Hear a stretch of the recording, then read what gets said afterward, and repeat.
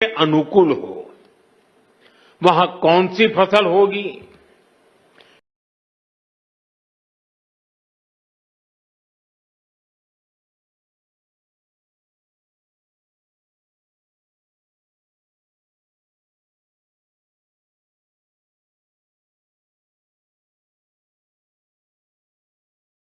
बीज की कौन सी। अब जैसे कहीं पानी अधिक होता है, तो वहां वैसी उपज होगी। कहीं पानी की कमी है तो वहां उस प्रकार की फसलें उगानी होगी। जहां खेती संभव नहीं, वहां पशुपालन और मत्स्य पालन को बढ़ावा देना होगा। कुछ क्षेत्रों में मधुमक्खी पालन एक बेहतर विकल्प होगा।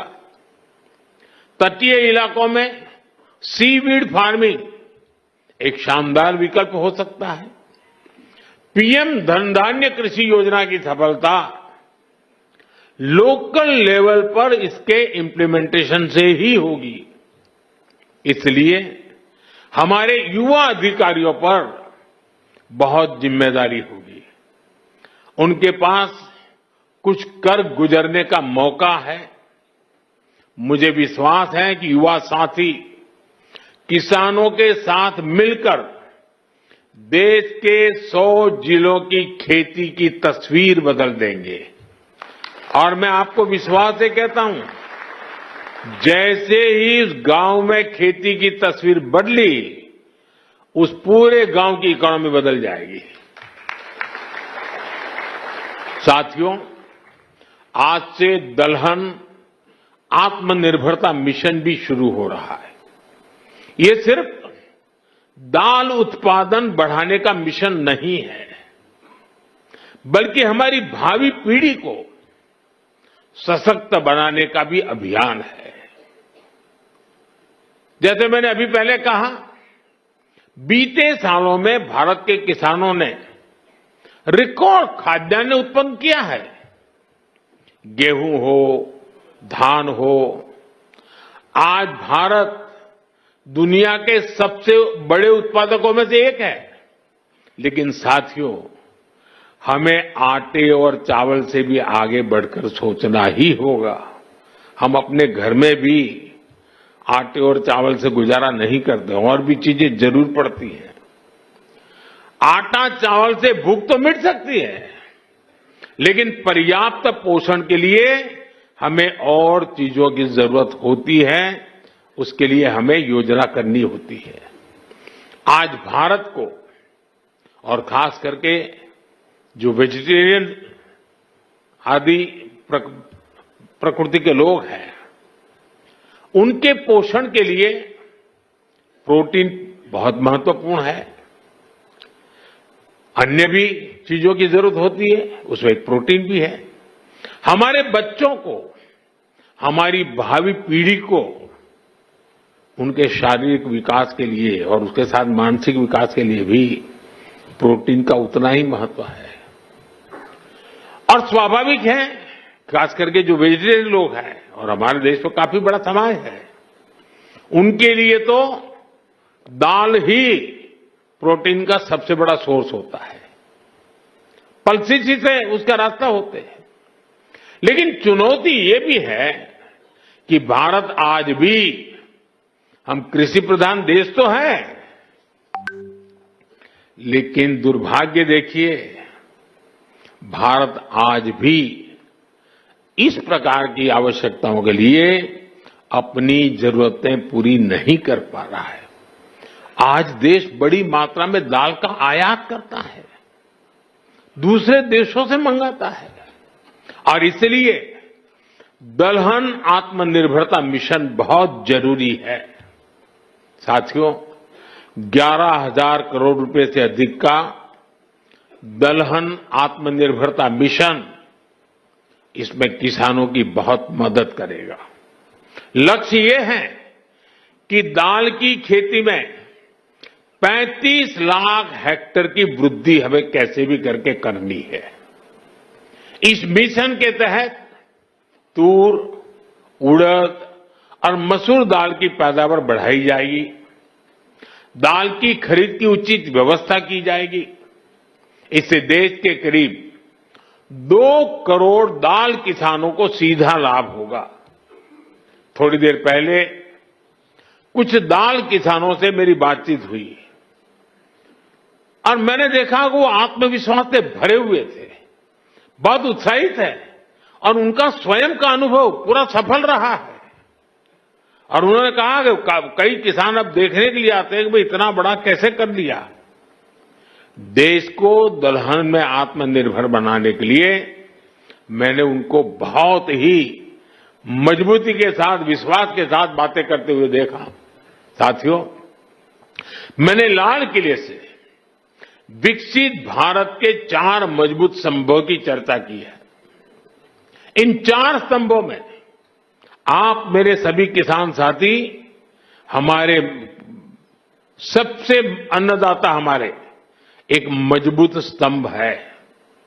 बीते 11 वर्षों से सरकार का निरंतर प्रयास रहा है कि किसान सशक्त हो, खेती पर ज्यादा निवेश हो। हमारी ये प्राथमिकता खेती के बजट में भी दिखती है। बीते 11 वर्षों में खेती का बजट करीब 6 गुना बढ़ गया है। इस बढ़े हुए बजट का सबसे अधिक फायदा हमारे छोटे किसानों को हुआ है। मैं आपको एक उदाहरण देता हूं। आपको पता है कि भारत अपने किसानों को खाद पर सब्सिडी देता है। कांग्रेस सरकार ने अपने 10 साल में खाद पर 5 लाख करोड़ रुपए की सब्सिडी दी थी। मेरे आने से पहले 10 साल में 5 लाख करोड़। हमारी सरकार ने, भाजपा एनडीए की सरकार ने पिछले 10 साल में खाद में जो सब्सिडी है वो 13 लाख करोड़ रुपए से ज्यादा दी है। साथियों, कांग्रेस सरकार एक साल में खेती पर जितना खर्च करती थी, एक साल में खेती पर जो खर्च होता था उतना तो बीजेपी एनडीए की सरकार एक बार में पीएम किसान सम्मान निधि के रूप में किसानों के बैंक खाते में जमा कर देते हैं। अब तक 3,75,000 करोड़ रुपए सीधे पीएम किसान सम्मान निधि के आपके बैंक खातों में भेजे जा चुके हैं। साथियों, किसानों की आय बढ़ाने के लिए हमारी सरकार पारंपरिक खेती से भी आगे विकल्प उन्हें दे रही है।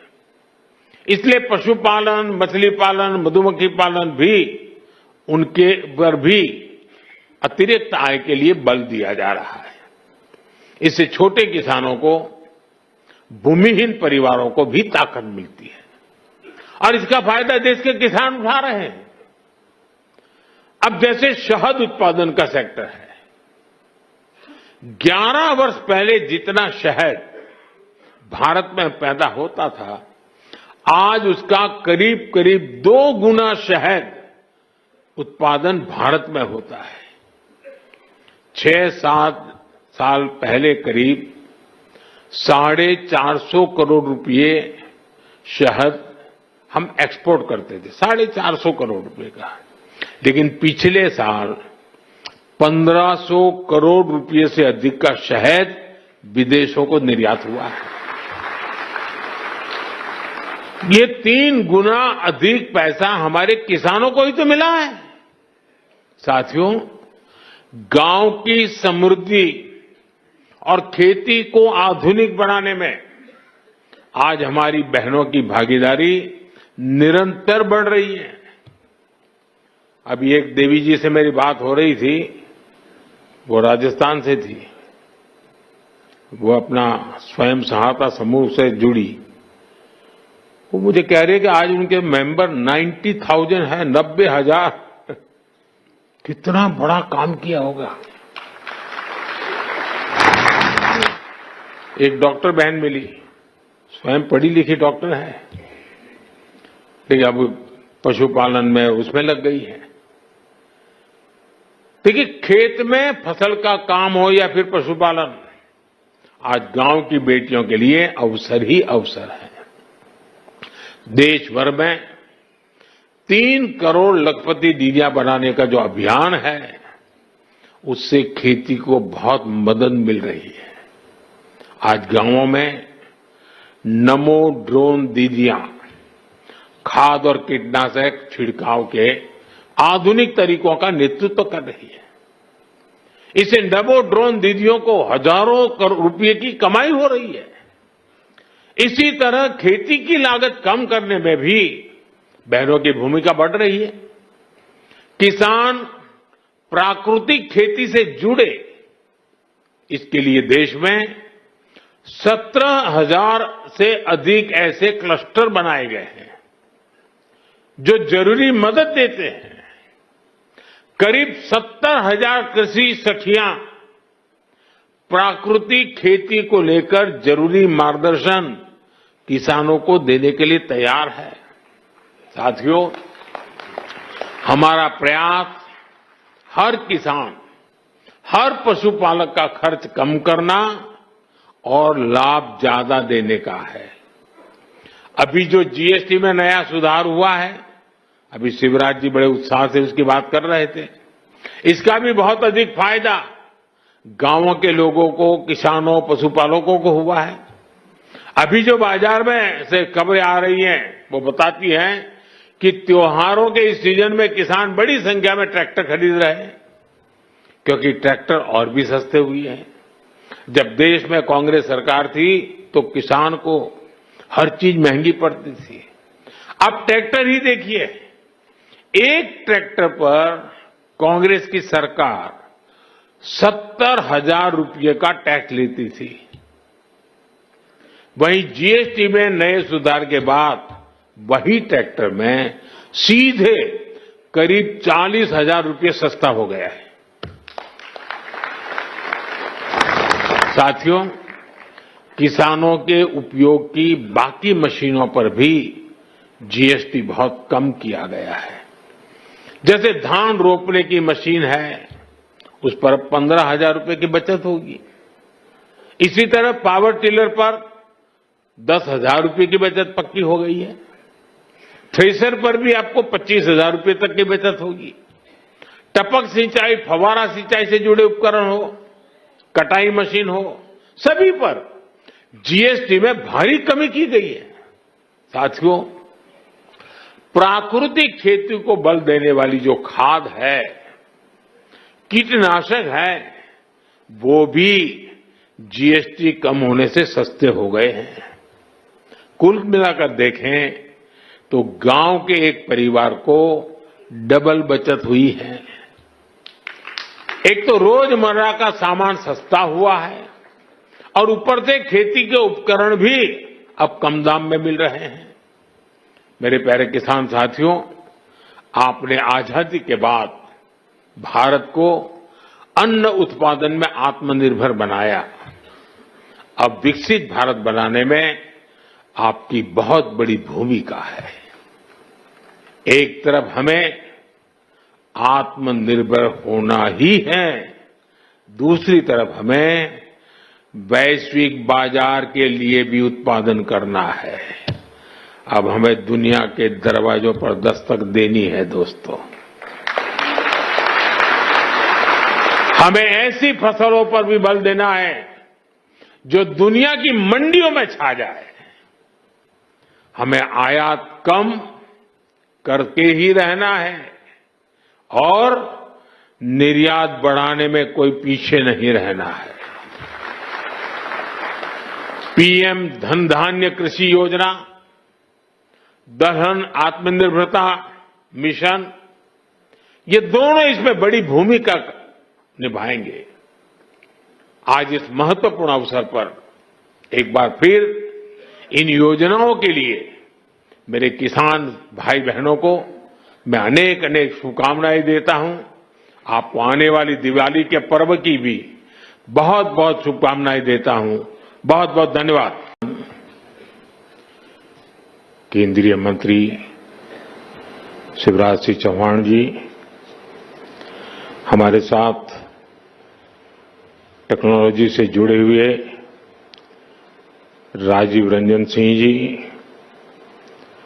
श्रीमान भागीरथ चौधरी जी, विभिन्न राज्यों के मुख्यमंत्री, सांसद, विधायक, अन्य महानुभाव और देश भर से जुड़े मेरे सभी किसान भाई और बहनों, आज 11 अक्टूबर का ये दिन बहुत ही ऐतिहासिक है।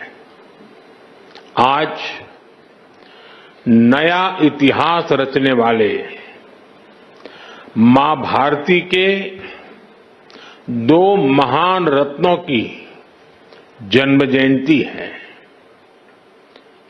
भारत रत्न श्री जयप्रकाश नारायण जी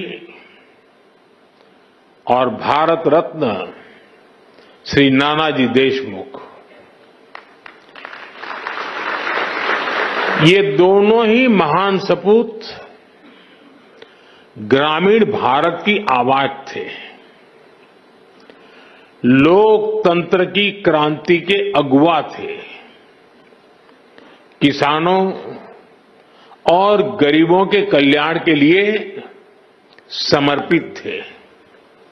आज इस ऐतिहासिक दिन देश की आत्मनिर्भरता के लिए, किसानों के कल्याण के लिए 2 महत्वपूर्ण नई योजनाओं की शुरुआत हो रही है। पहली, प्रधानमंत्री धन धान्य कृषि योजना और दूसरी दलहन आत्मनिर्भरता मिशन। ये 2 योजनाएं भारत के करोड़ों किसानों का भाग्य बदलने का काम करेगी। इन योजनाओं पर भारत सरकार करीब 35,000 करोड़ रुपए से ज्यादा खर्च करने वाली है।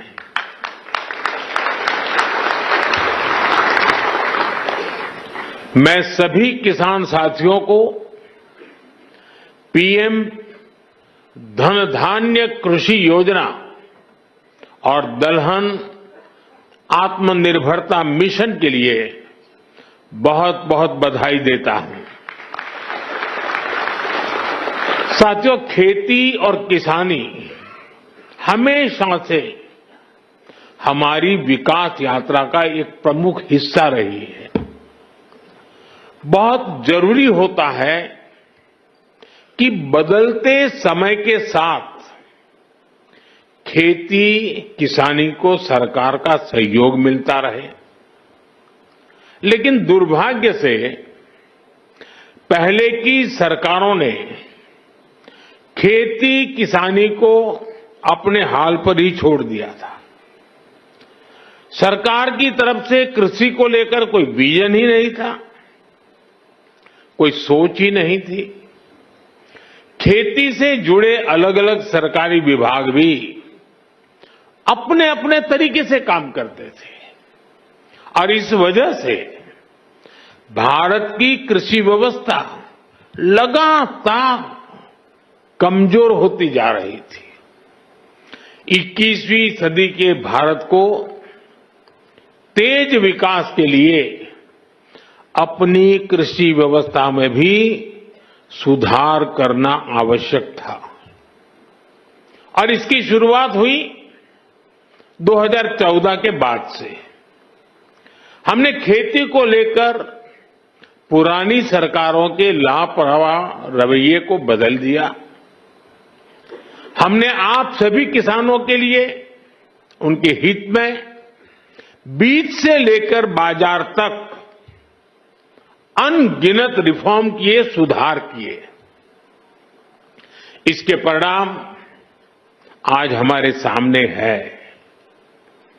बीते 11 वर्षों में भारत का कृषि निर्यात करीब करीब 2 गुना हो गया।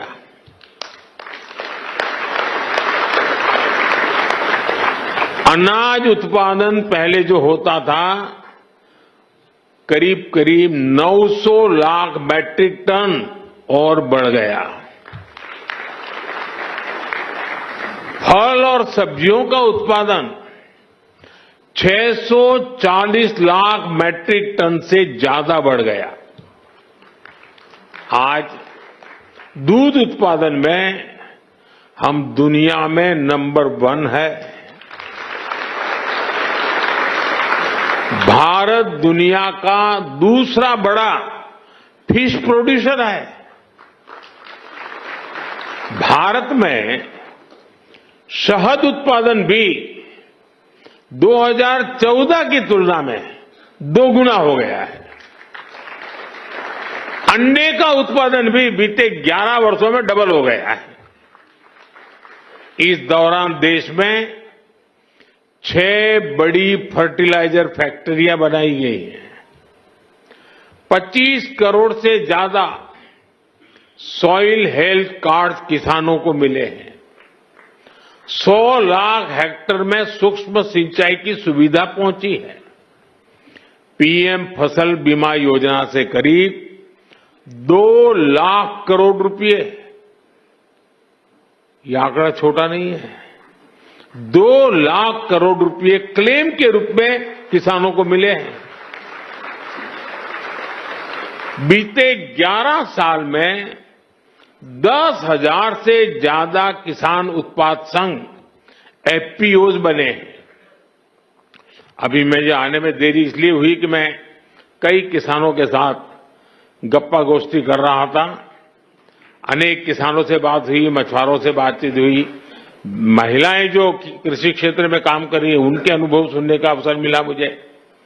ऐसी अनेक उपलब्धियां हैं जो देश के किसान ने बीते 11 वर्षों में अनुभव की है।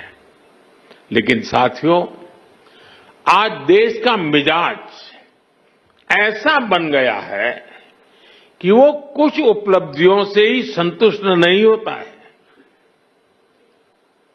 हमें विकसित बनता है तो फिर हर क्षेत्र में लगातार बेहतर करते ही रहना होगा, सुधार करना ही करना होगा। इसी सोच का परिणाम है पीएम धन धान्य कृषि योजना। और इस योजना की प्रेरणा बनी है आकांक्षी जिला योजना की सफलता। पहले की सरकारें देश के 100 से अधिक जिलों को पिछड़ा घोषित करके भूल गई थी। हमने उन जिलों पर विशेष ध्यान केंद्रित किया, उनको आकांक्षी जिला घोषित किया। इन जिलों में बदलाव का हमारा मंत्र था कन्वर्जेंस, कोलैबोरेशन और कंपटीशन। यानी पहले हर सरकारी विभाग अलग अलग योजनाओं, जिले के हर नागरिक, सबको जोड़ो, फिर सबका प्रयास के भाव से काम करो और उसके बाद बाकी जिलों के साथ स्वस्थ स्पर्धा करो। इस अप्रोच का फायदा आज दिख रहा है। साथियों, इन 100 से ज्यादा पिछड़े जिलों में, जिसे हम अब एस्पिरेशनल डिस्ट्रिक्ट कहते हैं, अब हम उसको पिछड़े जिले नहीं कहते हैं, 20% बस्तियां ऐसी थी जिन्होंने आजादी के बाद से सड़क ही नहीं देखी थी। आज आकांक्षी जिला योजना की वजह से अब ऐसी ज्यादातर बस्तियों को भी सड़कों से जोड़ा जा चुका है। उस समय जिसे पिछड़े जिले कहते थे, उनमें 17% ऐसे बच्चे थे जो टीकाकरण के दायरे से बाहर थे। आज आकांक्षी जिला योजना की वजह से ऐसे ज्यादातर बच्चों को टीकाकरण का लाभ मिल रहा है। उन पिछड़े जिलों में 15% से ज्यादा ऐसे स्कूल थे जहां बिजली ही नहीं थी। आज आकांक्षी जिला योजना की वजह से ऐसे हर स्कूल को बिजली कनेक्शन दिया जा चुका है। साथियों, जब वंचितों को वरीयता मिलती है, पिछड़ों को प्राथमिकता मिलती है, तो उसके नतीजे भी बहुत अच्छे मिलते हैं। आज आकांक्षी जिलों में माता मृत्यु दर कम हुई है, बच्चों का स्वास्थ्य सुधरा है, पढ़ाई का स्तर सुधरा है। कितने ही पैरामीटर्स में ये जिले अब अन्य जिलों से बेहतर कर रहे हैं। साथियों, अब इसी मॉडल पर हम खेती के मामले में पिछड़े देश के 100 जिलों का, जो खेती के क्षेत्र में, बाकी चीजों में आगे होंगे, ऐसे 100 जिलों का हम विकास करना चाहते हैं, उस पर ध्यान केंद्रित करके काम करना चाहते हैं। पीएम धन धान्य कृषि योजना की प्रेरणा वही आकांक्षी जिलों का मॉडल है। इस योजना के लिए 100 जिलों का चयन बहुत सोच समझकर किया गया है। 3 पैरामीटर्स पर इन जिलों का चुनाव किया गया है। पहला, खेत से कितनी पैदावार होती है। दूसरा, एक खेत में कितनी बार खेती होती है। और तीसरा, किसानों को लोन या निवेश की कोई सुविधा है, और है तो कितनी मात्रा में है। साथियों, हमने अक्सर 36 के आंकड़े की चर्चा सुनी है। हम बार बार कहते हैं उनके बीच तो 36 का आंकड़ा है, लेकिन हर चीज को हम चुनौती देते हैं, उसको उल्टा करते हैं। इस योजना में हम सरकार की 36 योजनाओं को एक साथ जोड़ रहे हैं। जैसे प्राकृतिक खेती पर राष्ट्रीय मिशन है, सिंचाई के लिए पर ड्रॉप मोर क्रॉप अभियान है, तेल उत्पादन को बढ़ाने के लिए तिलहन मिशन है, ऐसी अनेक योजनाओं को एक साथ लाया जा रहा है। पीएम धन धान्य कृषि योजना में हमारे पशुधन पर भी विशेष फोकस किया जा रहा है। आप जानते हैं, फूट एंड माउथ डिसीज यानी खुरपका मुंहपका जैसी बीमारियों से पशुओं को बचाने के लिए 125 करोड़ से अधिक टीके मुफ्त लगाए गए हैं। इससे पशु भी स्वस्थ हुए हैं और किसानों की चिंता भी कम हुई है। पीएम धन धान्य कृषि योजना में स्थानीय स्तर पर पशुओं के स्वास्थ्य से जुड़े अभियान भी चलाए जाएंगे। साथियों, आकांक्षी जिला कार्यक्रम की तरह उसी प्रकार से पीएम धन धान्य कृषि योजना का बहुत बड़ा दायित्व किसानों के साथ ही स्थानीय सरकारी कर्मचारियों और उस जिले के डीएम या कलेक्टर पर है। पीएम धन धान्य कृषि योजना का डिजाइन ऐसा है कि हर जिले की अपनी जरूरत के हिसाब से इसकी प्लानिंग में बदलाव लाया जा सकता है। इसलिए मैं किसानों और संबंधित जिलों के मुखिया से आग्रहपूर्वक कहूंगा, अब आपको जिले के स्तर पर ऐसी कार्य योजना बनानी है जो वहां की मिट्टी और वहां की जलवायु के अनुकूल हो।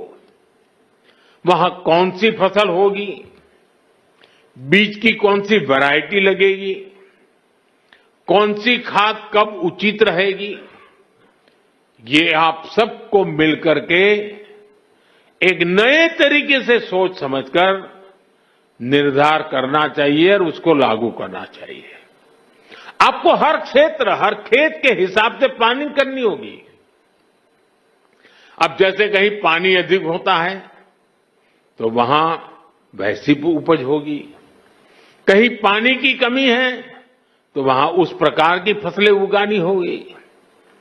जहां खेती संभव नहीं, वहां पशुपालन और मत्स्य पालन को बढ़ावा देना होगा। कुछ क्षेत्रों में मधुमक्खी पालन एक बेहतर विकल्प होगा। तटीय इलाकों में सीवीड फार्मिंग एक शानदार विकल्प हो सकता है। पीएम धनधान्य कृषि योजना की सफलता लोकल लेवल पर इसके इम्प्लीमेंटेशन से ही होगी। इसलिए हमारे युवा अधिकारियों पर बहुत जिम्मेदारी होगी। उनके पास कुछ कर गुजरने का मौका है। मुझे विश्वास है कि युवा साथी किसानों के साथ मिलकर देश के 100 जिलों की खेती की तस्वीर बदल देंगे। और मैं आपको विश्वास से कहता हूं, जैसे ही इस गांव में खेती की तस्वीर बदली, उस पूरे गांव की इकोनॉमी बदल जाएगी। साथियों, आज से दलहन आत्मनिर्भरता मिशन भी शुरू हो रहा है।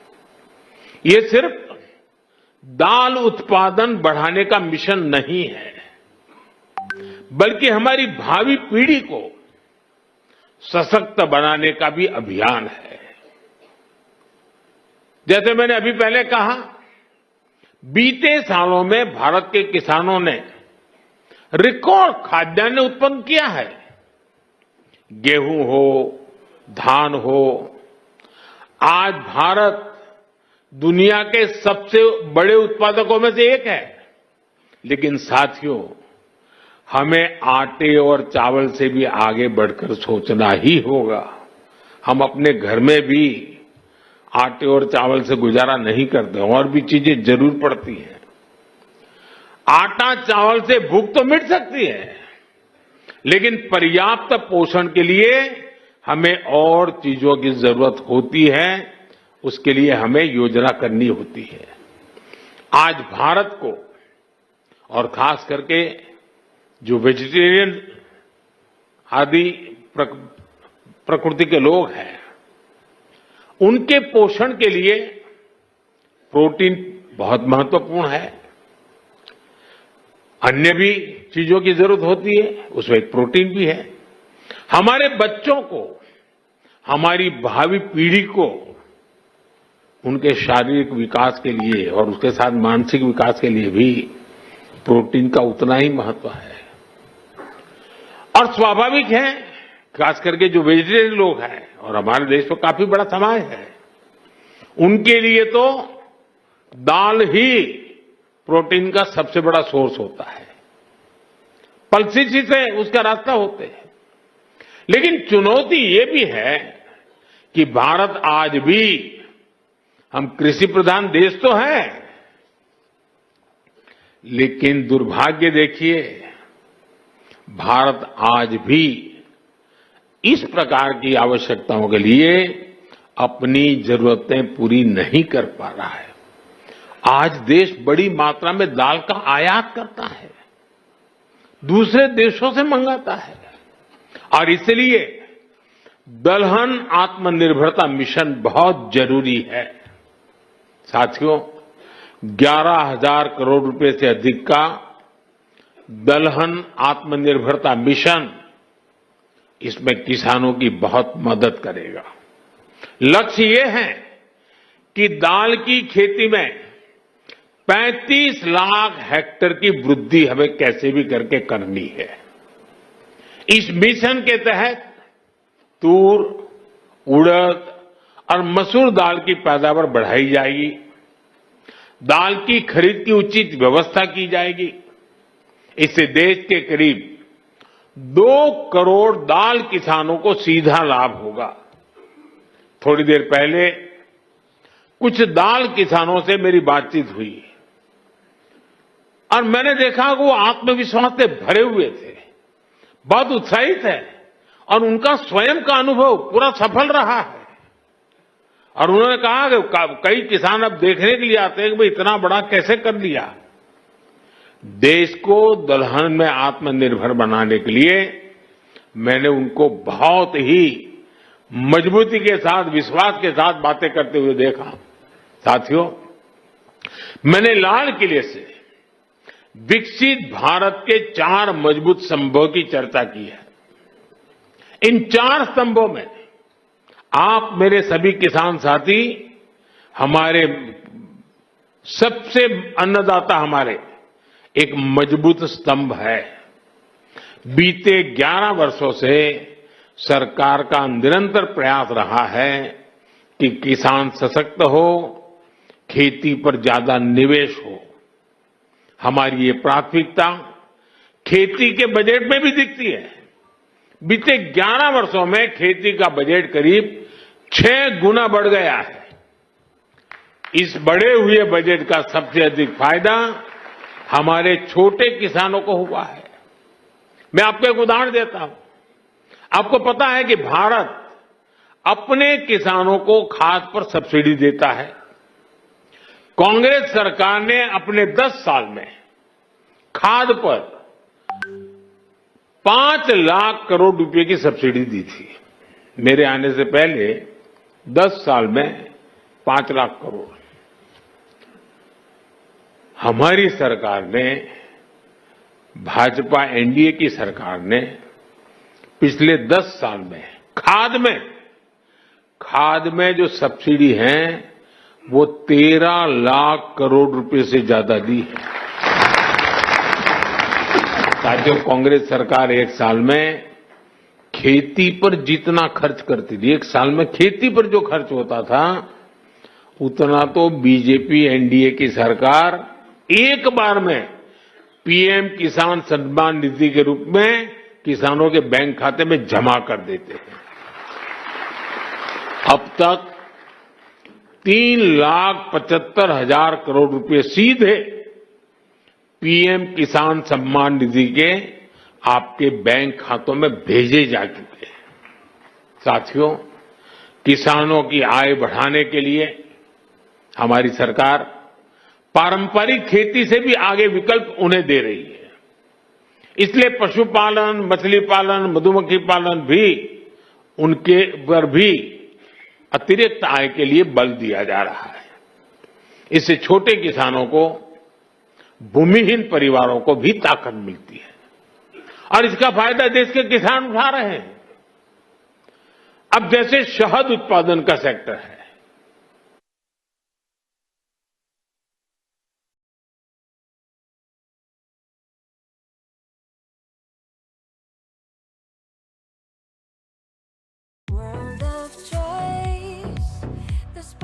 something new, I feel it. A thought that inspires you and adds to the flair. Make it your own, your style's one of a kind. Make it your own, let your magic come alive. Inspirations that spark your imagination. Pantaloons.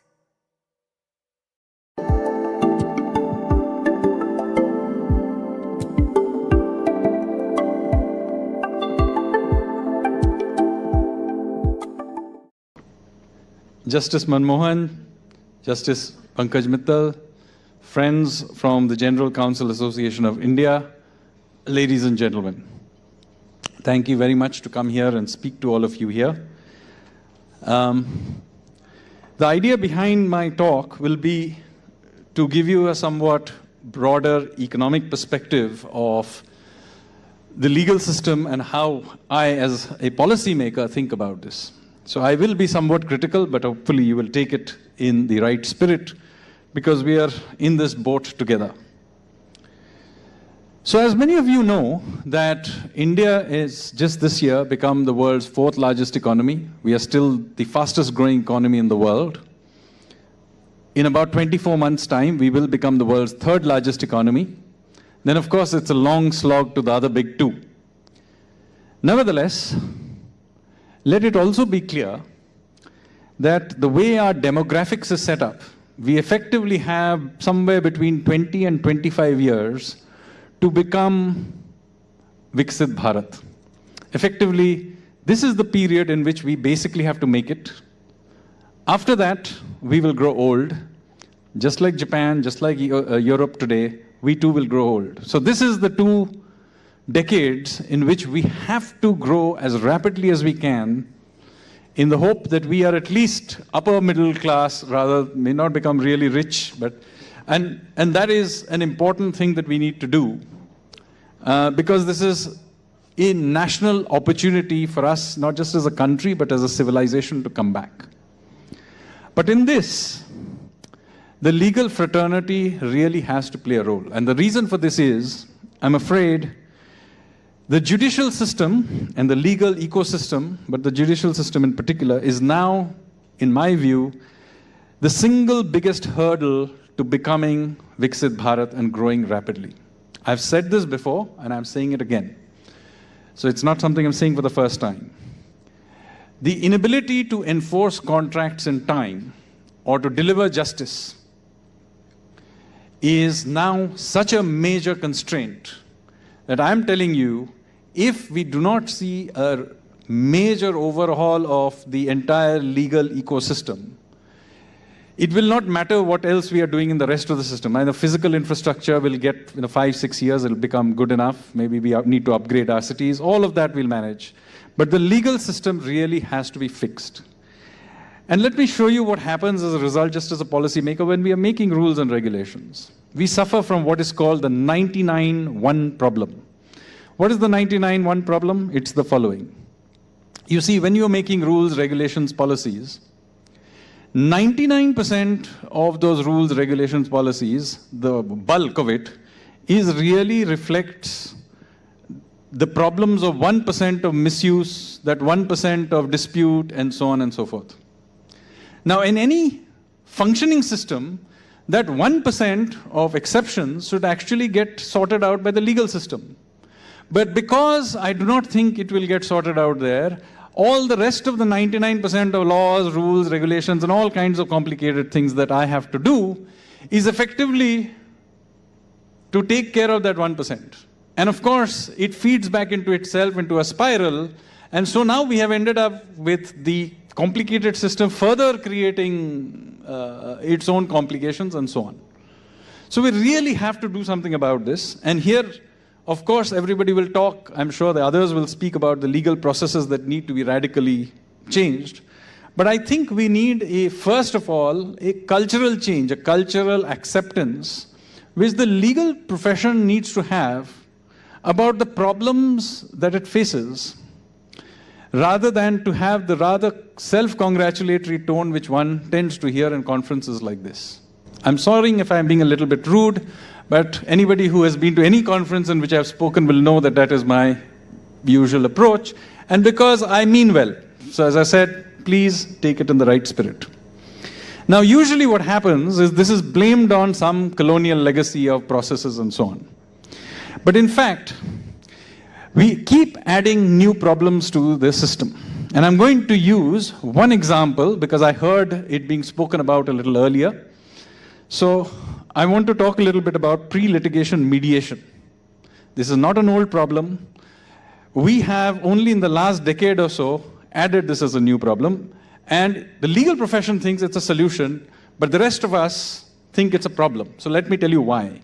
Because according to Section 12A of the Commercial Courts Act of 2015, this was, for commercial cases, it was turned into a mandatory step, right? Now, let me clarify, I have no problem with the idea of mediation. It's a good thing, it should be done. But to make it mandatory has caused the following problem. Now, I collected data for 5 years, from 2000 to the year 24, from the two main commercial courts of Mumbai.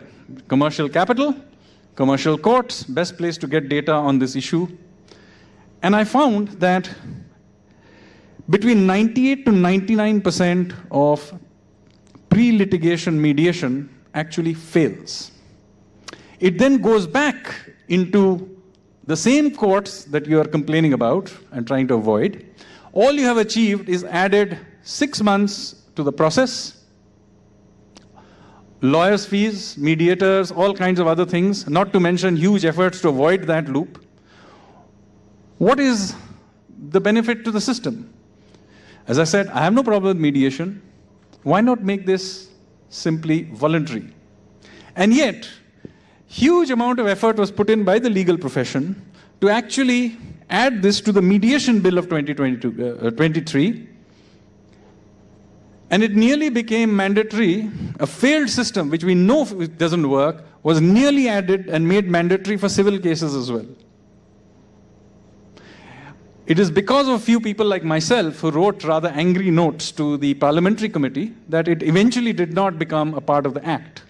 But the fact is, there has to be some level of responsibility that the legal profession has of adding something that may be beneficial to you as a profession, but is a massive cost to the rest of the system. So please think about this for the rest of the system and not, it really annoys me when I hear self-congratulatory tone when you come into these kinds of things, which is beneficial to a profession, but is a huge cost to the rest of the system. Number two, we need to move away from the way the legal profession is set up. It's set up as, I'm afraid, a medieval guild, where you have a caste system of stratification of lawyers that goes somewhat, you have senior advocates versus normal advocates, you have advocates of record. Why are all these people needed in the 21st century?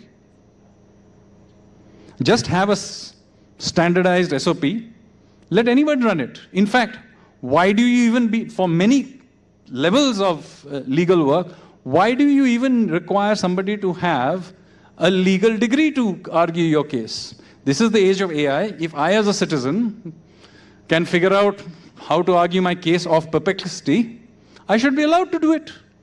If I want to put something as record, let me do it. You tell me exactly what the process is, I will follow it. That I'm not arguing that I will not. But why do you need this caste system in there? And that, by the way, is also true of the judiciary. There is a clear difference between those who become judges from being senior advocates and those who are promoted from the lower courts. We do need to, if you want to get talent to come into the judiciary, you have to have a system where the best talent makes his way up the system. You can start right at the bottom and make their way up the system to the top. Because if that doesn't happen, then clearly don't complain that the lower courts do not attract the level of quality that you want. Number three, we need a culture change in the way people use the whole thinking about this profession works. Just to give you an example, not to be taken personally by anybody. You cannot have a profession where you use words like, my lord, or when you're doing a petition, it's called a prayer. You've got to be kidding me. We are all citizens of the same democratic republic.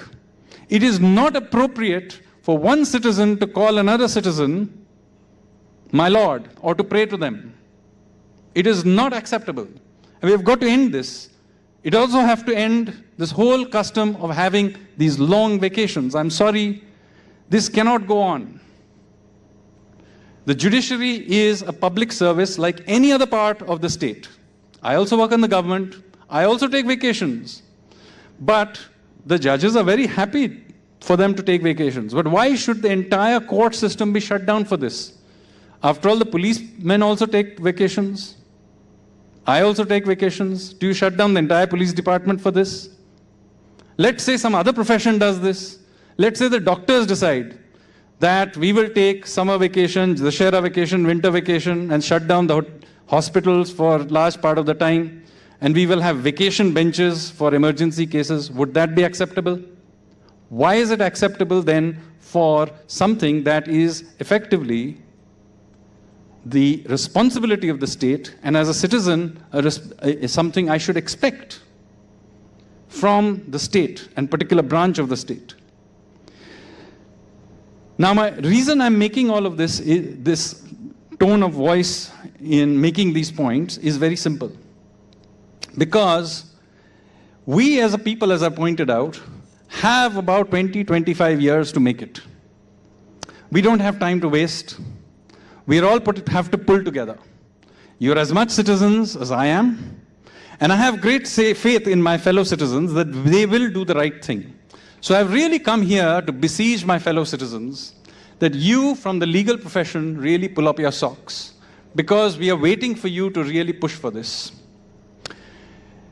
If it makes you feel a little bit better, I have stood in similar events by other professions, bureaucrats, chartered accountants, fellow economists, and made similar pleas over the years. And I have to say, although there was a significant amount of hostility in the beginning, I have begun to now make a dent.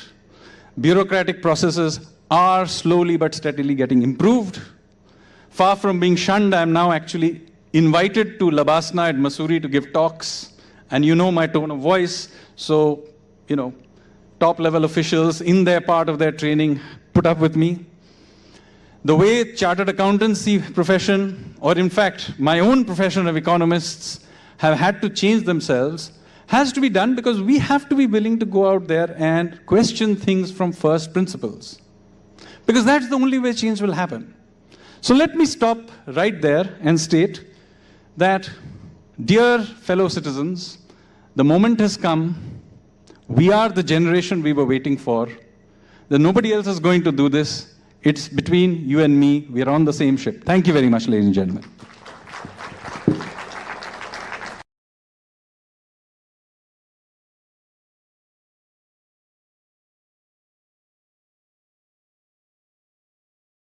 But now I think we have a very special or a very interesting person. You had a brief interaction with him yesterday. He was on a panel. His name is Sanjeev Sanyal. I don't think you need any introduction. He's like a naughty kid in the class. But I think one of the most interesting people you'll meet, one of the most prolific speakers, writers. In fact, he seems to be an economist, but does more beyond that idea itself. That is why I say he seems to be an economist, because he does so many things.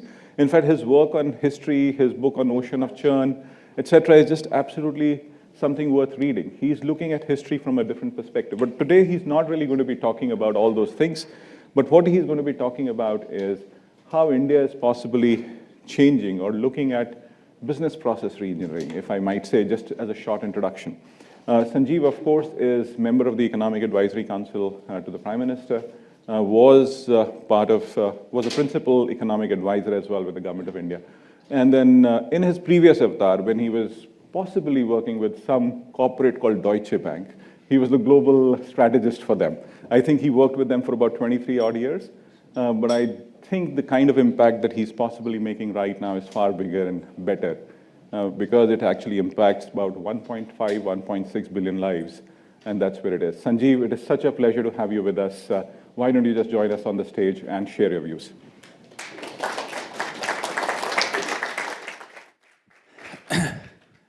Thank you, Amit, and thank you to all of you for giving me this opportunity to come here and speak to all of you. What I'm going to speak about is the business of how reforms are done, but a specific kind of reform. So you see, we all talked over the last day or so about how India is changing and economic growth is being generated and so on. The question is, how is this happening? Obviously, it's partly because of big changes in economic policy. But most of what we usually hear about is about big structural changes.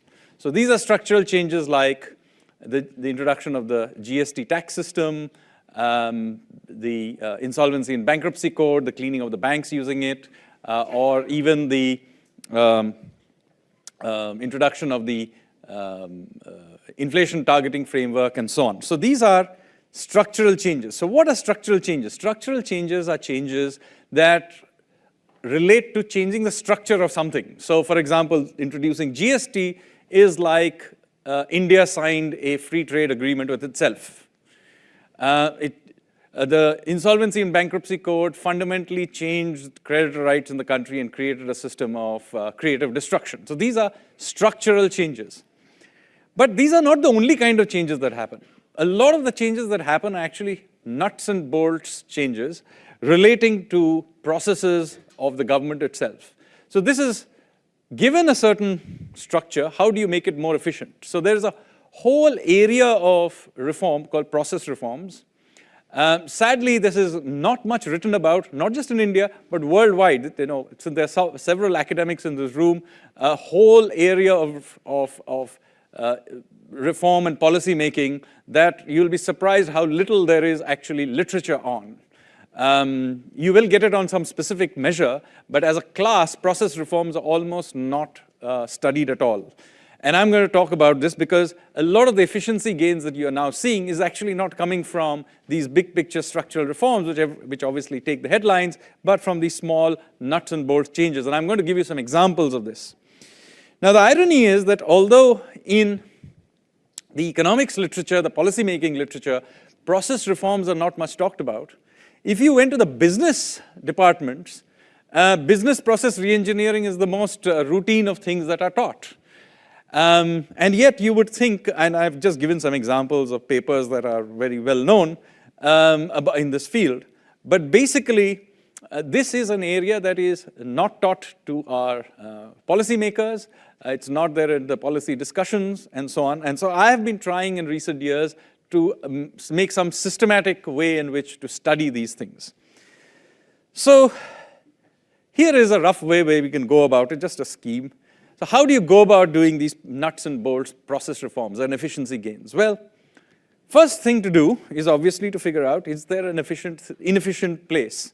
Like, why is there a need of reform? That's clearly an obvious thing to ask. Now, after you've asked this question, the next thing to do is to document the as-is process. So you take the process as is. All of this, by the way, I'm copying out of what business process guys do. Document the as-is process. Just map out the process. And what happens is very quickly you will realize where the blockages are, where the money is getting spent, or where is it that time is getting, what is the snags in the system. Very often in a process, it will be one or two snags that actually cause 90% of the delays or cost overruns or whatever it is, the problems that are happening. And identifying them is very important. Then you need to do process analysis for then you need to reform those little bits. So, however you reform them, and I'll give you a whole bunch of examples of that.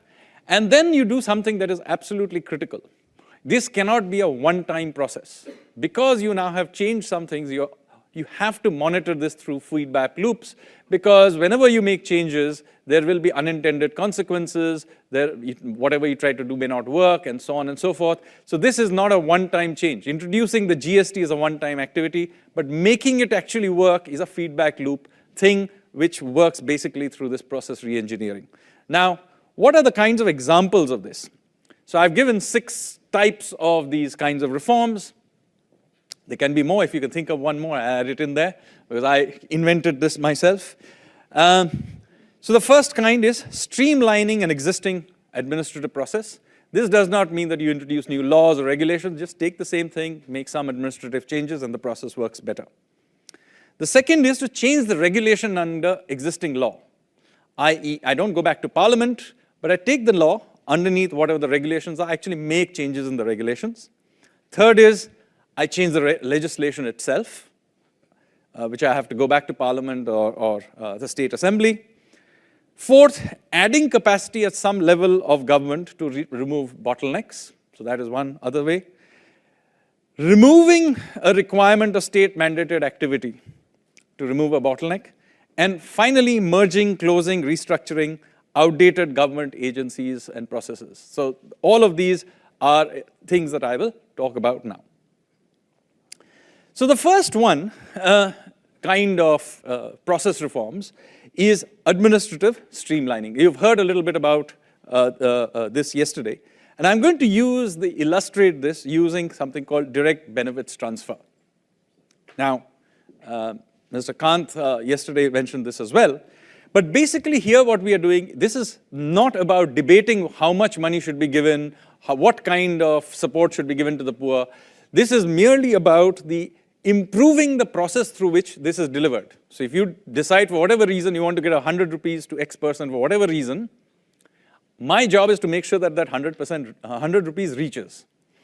And so there were many studies going back quite some time suggesting that there were huge leakages in the way various kinds of government support was provided, both by the central government but also by the state government. And there is a fairly well-documented improvement that happened as a result of this. So in 2005, the then Planning Commission came up with a report which suggested that 58% of the subsidized food grains issued by the central pool did not reach the targeted beneficiaries. And that out of 1 rupee worth of income transfer, only 0.27 rupees reached the poor. By the way, this is an improvement on how it used to be in the 80s, where the then Prime Minister Rajiv Gandhi famously said only 15% reached the bottom. So in 2005, only 27% was reaching. Now, in order to improve this process, we introduced something called the JAM Trinity. This is basically Aadhaar, that's your unique ID, link it to your mobile number, and then further link through to a bank account. Now, for the very poor, they tend out to be these no-frill accounts called the Jan Dhan accounts. So using this triangulation, we have been able to create a system that is able to transfer money directly to the person, right? And since the launch of this up to March 2022, we managed to weed out 42 million fake ration cards in the public distribution system, which helped save something like 50% of the total. The removal of 41 million fake beneficiaries under the LPG Pehel scheme, deletion of duplicate beneficiaries, saving, as you can see, 410 billion rupees on the Manrega and so on. So this is a dramatic savings, as you can see. Okay, without changing anything else, the delivery of this dramatically changed. So this is an example of an administrative streamlining. I'm not going to spend too much time on it because this is actually relatively well documented. I'm going on to the number 2 type of changes, which is less understood. This is about changing actual regulations under the existing law.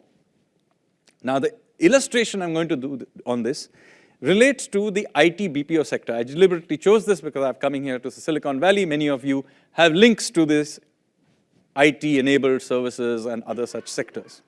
Everybody knows that the BPO IT sector is a very big sector in India. But many of you may not realize that this entire sector used to be regulated by the Telecom Ministry of all ministries under something called the Revised Terms and Conditions of Other Service Providers 2008 law. Okay? So many of these BPO and other these kinds of companies under law in India is called other service providers. And under this law, till as recently as the year 2020, you had a bunch of requirements which the Telecom Ministry used to impose on this sector. So let me tell you some of them. This is not a comprehensive list. First of all, there was no clear definition of OSP. So pretty much anybody using any telecom, work from home, etc., could actually end up being identified as an OSP. And if you were identified as an OSP, then effectively many rules imposed on you.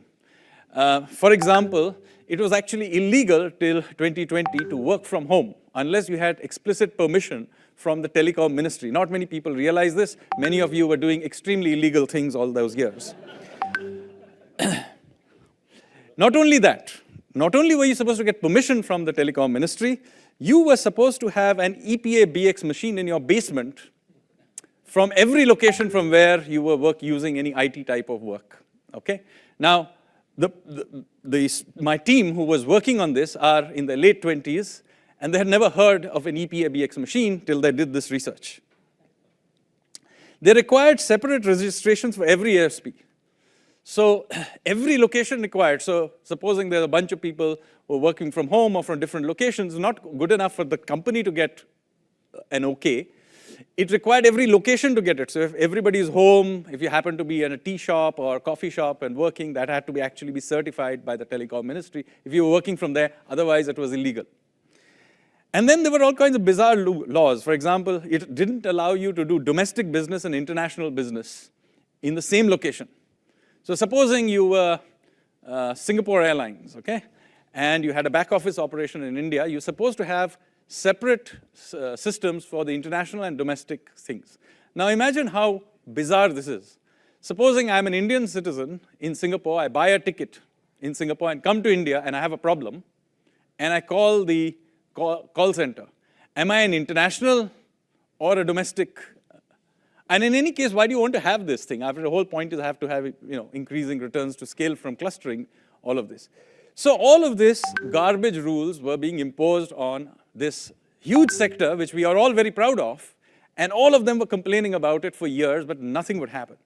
Now, I discovered this purely by chance. You see, what happened is, in March of 2020, when the lockdown was introduced, the telecom ministry suddenly came out with a notification, which said that these revised terms of conditions of other service providers 2008 was now held in abeyance till December 2020 or further orders, whichever is earlier. So now I had, by this point, worked for a few years in the government, and I immediately realized, had a sort of, it didn't smell right. Because when a government department comes up with a notification like this, they're actually, what they're saying is not that they have kept it in abeyance, but what they're trying to tell you, hey guys, this law actually still applies. So at the end of this process, you will have to abide by this law. That is what they really wanted to signal. So I began to look into this. And I was astounded that, work from home was actually illegal in India. And then, so I made a lot of effort, a lot of fights with various people, because as you can imagine, these laws were used by telecom sector inspectors to do a large amount of rent seeking. There was a whole industry of lawyers, inspectors, etc. Thousands of crores of money were siphoned off because trying to get these permissions. Anybody who ran a BPO business in India before 2020 knows what I'm talking about. So there were reforms were done, one round in November 2020, further in June 2021, and as a result of which new rules came. So one was we had clear definition of OSPs, which has now been limited to voice-based BPOs, which basically is becoming a rapidly diminishing sector, so it doesn't really apply to anyone anyway. Interconnectivity of infrastructure sharing between EPA, BX laws, all of those were removed. You can load everything onto the cloud, etc. as you wish. You can work from home and remote locations as you wish. Removal of distinction between domestic and international OSPs. All of this has now been done. No, this was done under the same law, just regulations of the department were changed. And look at the benefits from it. So in December 2021, NASSCOM did a study, and it showed that 92% of OSPs found that their compliance burdens went down, 92%, okay? And as you can see, that something like 28% of them said compliance burden went down 50%. Now, it didn't require, okay, and almost everybody else saw some improvement in their compliance burden requirements improving. The reason I'm telling you this, it cost no money, it was just common sense, and huge benefits from this. And the year 21, 22, particularly 22, there's a huge expansion in the sector. At least one part of it happened because of this law, removal of this law. Now I'm going to talk about something about legislative changes. So somewhere only administrative changes, then you have to change the regulation. Here now I have to actually go to the parliament. So I'm talking about here a change that I am actually trying to live do today. So I deliberately put it here so that you realize this is not something we did in the past. I'm actually trying to do this right now. This relates to a law which is many people in India may not be unaware of, but after traffic rules, this is the biggest source of rent seeking, small time rent seeking in the country. It's called the Legal Metrology Act of 2009. Now, how many of you even know what legal metrology is? There's a gentleman here, a few others may know what it is. It's basically the laws relating to labels, weights, and measures. Every country in the world has these laws. And what happens here is that the way India's Legal Metrology Act is set up, it is set up in a way that if you do one sin in the beginning, you are let off with a small penalty. But if you do a second one, you can be sent to jail for as long as 7 years. Okay? Now, you can imagine, look at the data you have here in the table of what happened as a result of this. So remember, many of these legal metrology violations are very minor ones. In fact, you can never avoid them really, because there is the rules of this are very often done at the state level or are very vague. So what happens is that you'll essentially be caught for a very minor violation. Like, for example, instead of writing gram full, you have written GM or something like that. Many of these laws, the things you're caught for are these labeling mistakes or very small weight measures changes. There's a gentleman here who has been in trouble because of this, clearly. Now, okay. So now what happens is, look at the number of first offenses. Look at the number of cases. About 100,000, 1 lakh odd cases a year happen under the first offense. Okay? But the second offense is only 12, 5, 3, 11, right? Now, when I made this point to everybody, to the Ministry of Consumer Affairs, that this doesn't quite make sense, their interpretation of this is, look, the law is so fantastic that once you have threatened somebody, it never does anything bad ever again. But the reason the data is like this is obvious. What happens is that the legal metrology inspectors are effectively, they will find some excuse to get you into the net. And after that, they have no real incentive of going for the second offense, because effectively they will threaten you with jail, and they will extract rent from you as well. And as I said, after traffic rules, this is the biggest source of small rent seeking in the country. So now I decided I shall pick a fight on this as well. And so recently there's something called the Jan Vishwas Bill, which has now become an act recently. We have got rid of some of the worst of these, so they have become somewhat simpler. And but sections 30, 33, and 36, which account for 80% of the cases, are still criminalized. So I have not yet won this battle, but I will win it. We will re-examine this, and I am taking this up.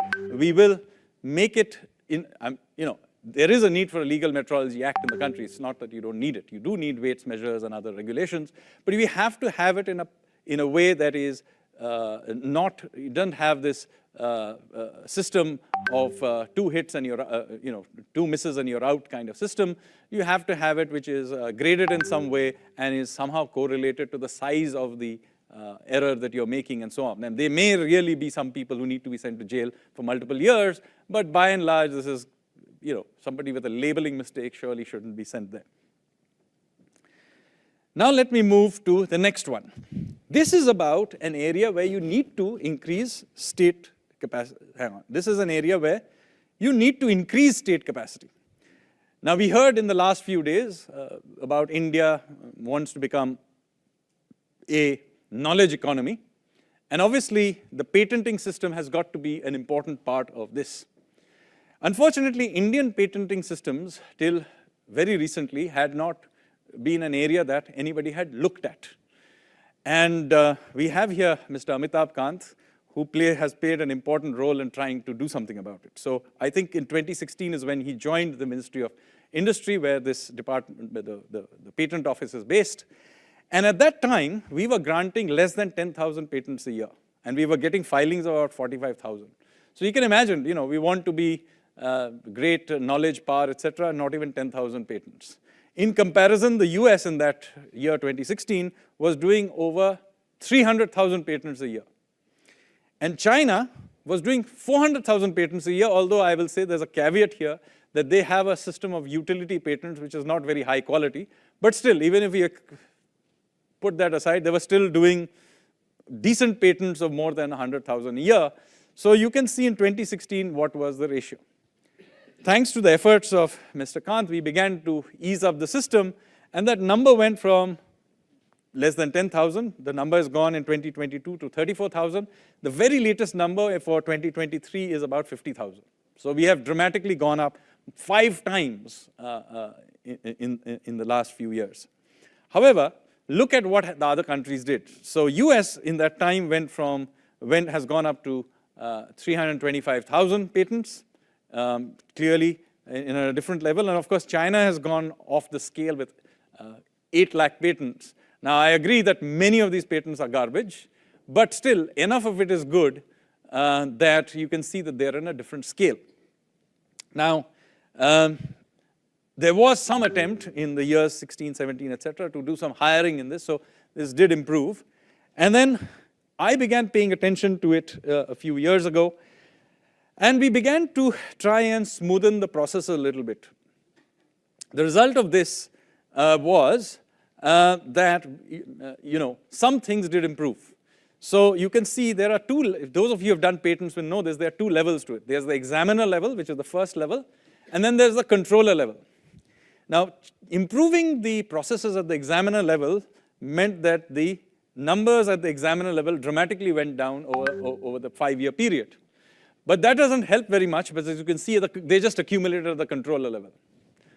So why is this happening? This is happening because you just don't have enough manpower. India, after all the, by the way, this is after all the people Mr. Kant had hired. Yeah, we have 900 patent people in the patent office. I think when you joined, there were only 300 or something like that. 1 minute. So, okay, so we need to do dramatic hiring of, look at the numbers in China, 13,000, 8,000 in the US. This is just in different level from anything we are.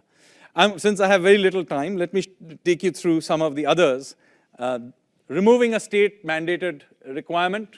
There is many mandated things which are outside of government, which the government mandates to do. One of them is, which this government, by the way, introduced, is called mandatory mediation for commercial cases.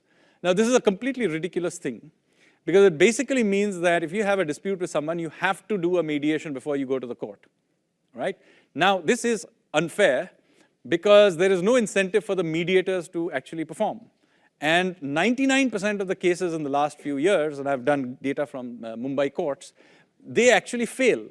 So for a failed process, the process that fails for 99% of the cases, they still have to go through 6 months of delay, paying lawyers, paying a mediator, and nothing happens. So one reform that I want to do is to make mediation voluntary, because, well, if it works, let that process earn its own place in the system. Why do you want to mandate it? And the final one, before I finish, so just give me 2 minutes extra, is, hang on, where did it go? Yeah, is type 6, which is merge, restructure, outdate government agencies. So there are large numbers of departments, autonomous bodies that governments at different points in time create for a variety of reasons. And those reasons change after a while, but those agencies never shut down. So, for example, the central government alone has 850 autonomous bodies. This is not including departments and other things. Autonomous bodies, 850. I did some years ago a survey, went through them, and there are hundreds of them who have no known use. They should be shut down. Maybe at some point in history they have a use, but you've got to shut them down at some point in time. And, I'll give you one example of one so that you get a sense of this. So, there's something called a tariff commission. Okay? Now, tariff commission is a renaming of a body called Bureau of Industrial Cost and Prices, which used to, till we did the reforms of 1991, used to actually set the prices. Remember, we were a socialist country, so we used to have government-mandated prices. So this was the body that did it. And after 1991, they were market prices. So therefore, what happened as a result of that is that this body had no work to do. So it went from being a very powerful body to having no job. So they should have been shut down. No, so they renamed themselves as the Tariff Commission. Now the odd thing is, this body is in the Industry Ministry. The Industry Department has nothing to do with setting of tariffs. This is set actually by the Ministry of Finance in consultation maybe with the Commerce Ministry. So this body existed from 1991 to 2021 and essentially did nothing. It suo moto wrote reports from time to time. And when I raised the issue of shutting this down, they got very annoyed with me and complained to the cabinet secretary about me. It had a secretary-level official in charge, and it had 70 or 80 people working for it. They had an office in that horrible, dark-looking building behind Khan Market. Anyway, Lok Nayak Bhavan. So, yeah, and so since they told me they were doing suo moto reports, I asked the finance minister and the chairman of the Indirect Tax and Customs Department, if they had ever read any of those reports. And they had never read any of them. Neither had the Commerce Secretary ever heard of them. So, after a lot of arguing and a lot of complaints against me, this has been shut as of 2022. And I have never understood why people have an objection to shutting it down, because nobody lost their job. This is the government. They were just reallocated to something else. And there are a whole bunch of these bodies that, you know. One of the persons in that Amitabh gracefully accepted in meeting when it was shut down. Yes. Yes, I shall not name. I know who it is. And then, but there's a whole bunch of them. All India Handloom Board, All India Handicraft Board, Central Organization for Modernization of Workshops, etc., etc. Now, I know he's coming onto the stage, and he's trying to shut me down now. Okay, so to conclude, there are a whole bunch of reforms you can do, analogous to business process outsourcing, business process re-engineering that you can do in governments. This is not about the Indian government alone. You can do it in every government, and I'm 100% sure you can do it even in Stanford University. Thank you very much. Thank you.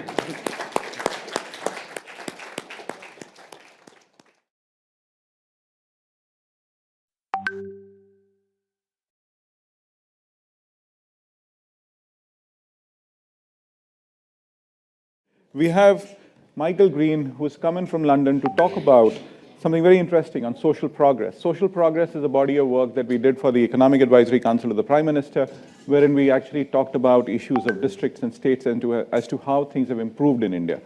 If you really look at a period from 2017 to 2022, we do see some remarkable progress. We actually try to do some assessment across aspirational districts as well. But those are separate issues, but I think that is where Michael will actually come in. Michael is the CEO for the Social Progress Index, has worked with Mike Porter to really create this over a period of time. And in fact, we have worked together on a lot of things together, a lot of pieces together. So we've been co-authors as well. We did this whole aspirational district assessment work. We did the Social Progress Index together.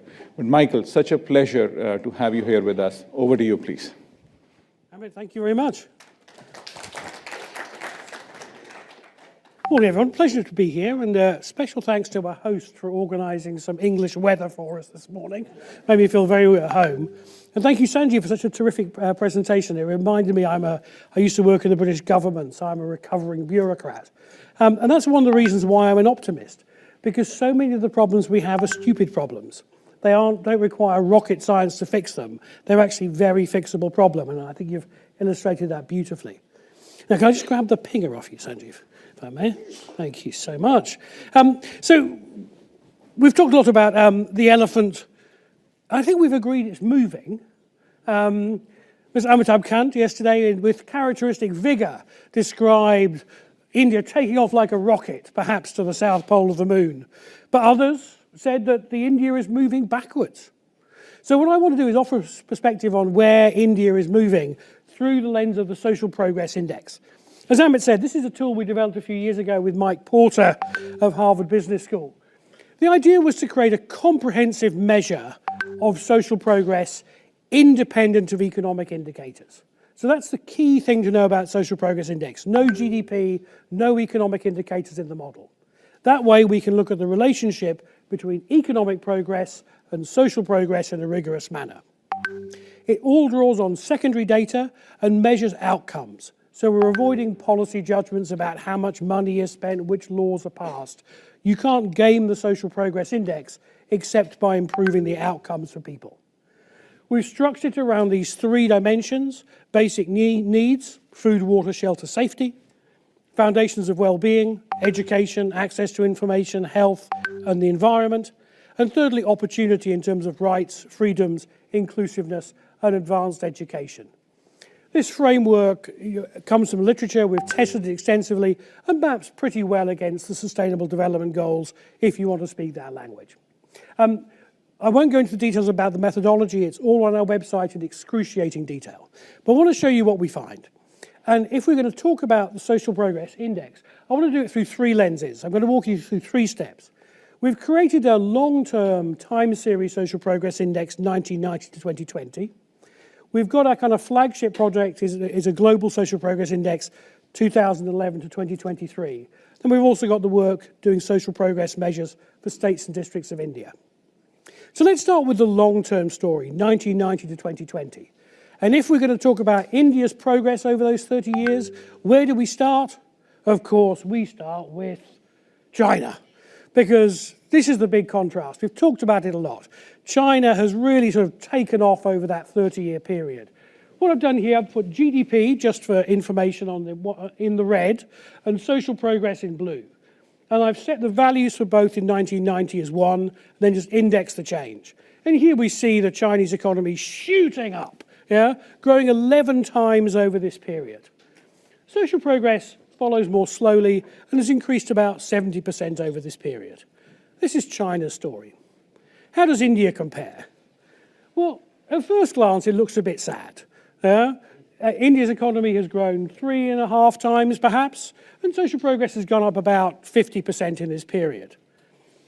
But look at these two pictures. Here's India, here's China. I would say what this shows is how China has wasted its opportunity, that this has been the most unproductive economic growth in terms of delivering social progress, and that this is actually a trap that India needs to avoid. You can have spectacular growth without social progress is a policy failure.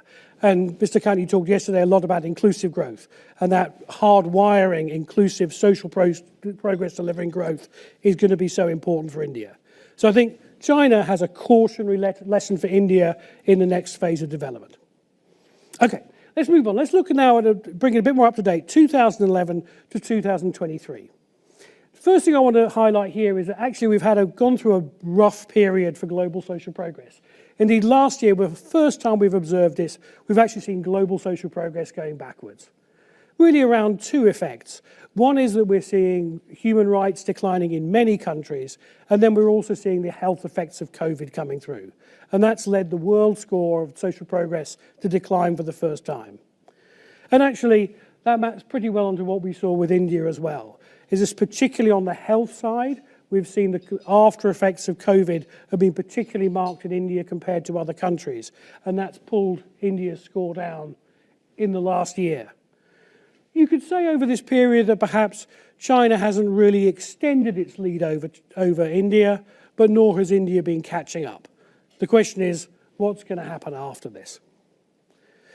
If we break this down a bit further, what I've done here is just said, how does India compare to its peers? So in terms of rankings over this period, 2011 to 2023.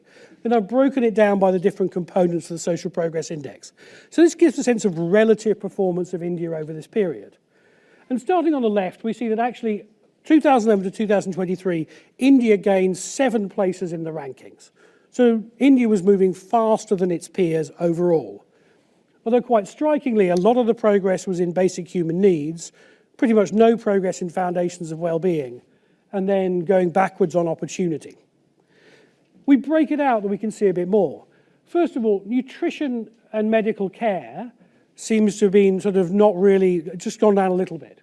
But as Mr. Camp was saying yesterday, in water and sanitation and housing, we've seen big gains for India, reflecting those investments. And housing will also reflect the investments in electricity supply, etc. Then the next one we see is actually safety and how India has gone backwards on safety. I looked at the numbers, and actually what we see is that what's happened is that India has stood still in absolute terms, whereas other countries have made improvements. This could be violent crime, domestic violence, theft, and road traffic accidents. In all those areas, there hasn't been a lot of improvement. And I don't think sort of safety and security is something we've talked about much at this conference so far, but an interesting one where India's falling behind. Education, we see gains. Information and communications, we see a decline. This is really around press freedom. We see gains in health. Despite the problems with health post-COVID, health in India has improved. And then environmental quality has stayed pretty much where it was. Moving on to opportunity, we see a decline in rights, which I know is a particular issue and has some controversy. On the other hand, freedom and choice has seen a big increase. Big factor there, early marriage, reduction in early marriage, child brides, has improved that score. Inclusiveness has improved, largely driven by increased acceptance of LGBT community. And the final one I found was really interesting was higher education, is actually how many ranks India has fallen in this. Now, the absolute score hasn't declined, it's just other countries are investing in higher education faster than India is, and so India is actually losing ground there. And again, I don't think that's something we've talked about much at this conference. I want to put one other lens on the data for comparison, which is to look at India's social progress scorecard. And this is what we do. Don't be scared. I won't go through all the detail. So what we do here is we compare a country to its 15 closest peers in GDP per capita. So it's a bit like boxing. We compare economic heavyweights to economic heavyweights, economic lightweights to economic lightweights. So we're comparing and benchmarking India's performance against its economic peers. We have a traffic light system. Red is bad. We actually have blue is good to help people who are colorblind like me, and yellow is sort of neutral. Now, I know people will want to get an A grade and may not be satisfied with India's overall score as being yellow in the neutral zone. But actually, that's very good. Most big countries struggle to deliver on social progress, and most big countries actually underperform relative to their peers. China underperforms. The United States underperforms. So the fact that India is performing within the expected range is actually quite a good performance. We see in generally most of the performance was in the expected range, even where the areas where India has been going backwards. So perhaps where we've seen declines in ranking, it's India has been ahead and has gone back a bit. But the one I want to highlight where we see a real concentration of reds is around environmental quality. Now, we don't look at greenhouse gas emissions in this framework. We look more about environmental factors that actually directly impact on people's life.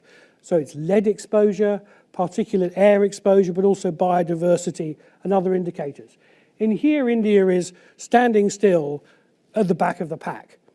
And if we're thinking about challenges around education and health, dealing with these environmental problems is actually going to have a catalytic effect on these. So the environment is an area that looks like a priority for improvement for India. Okay, that's the national picture. That's how the elephant is moving. Let's have a look at how the herd of elephants is moving, the states and districts of India. This is work we did with the Institute of Competitiveness under the sponsorship of the EACPM.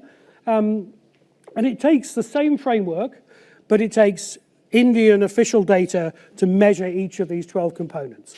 Again, there's a very large report. It makes it beautiful, goes beautifully on a coffee table, and it's got all the details in this if you want to read it. It's on the EACPM website.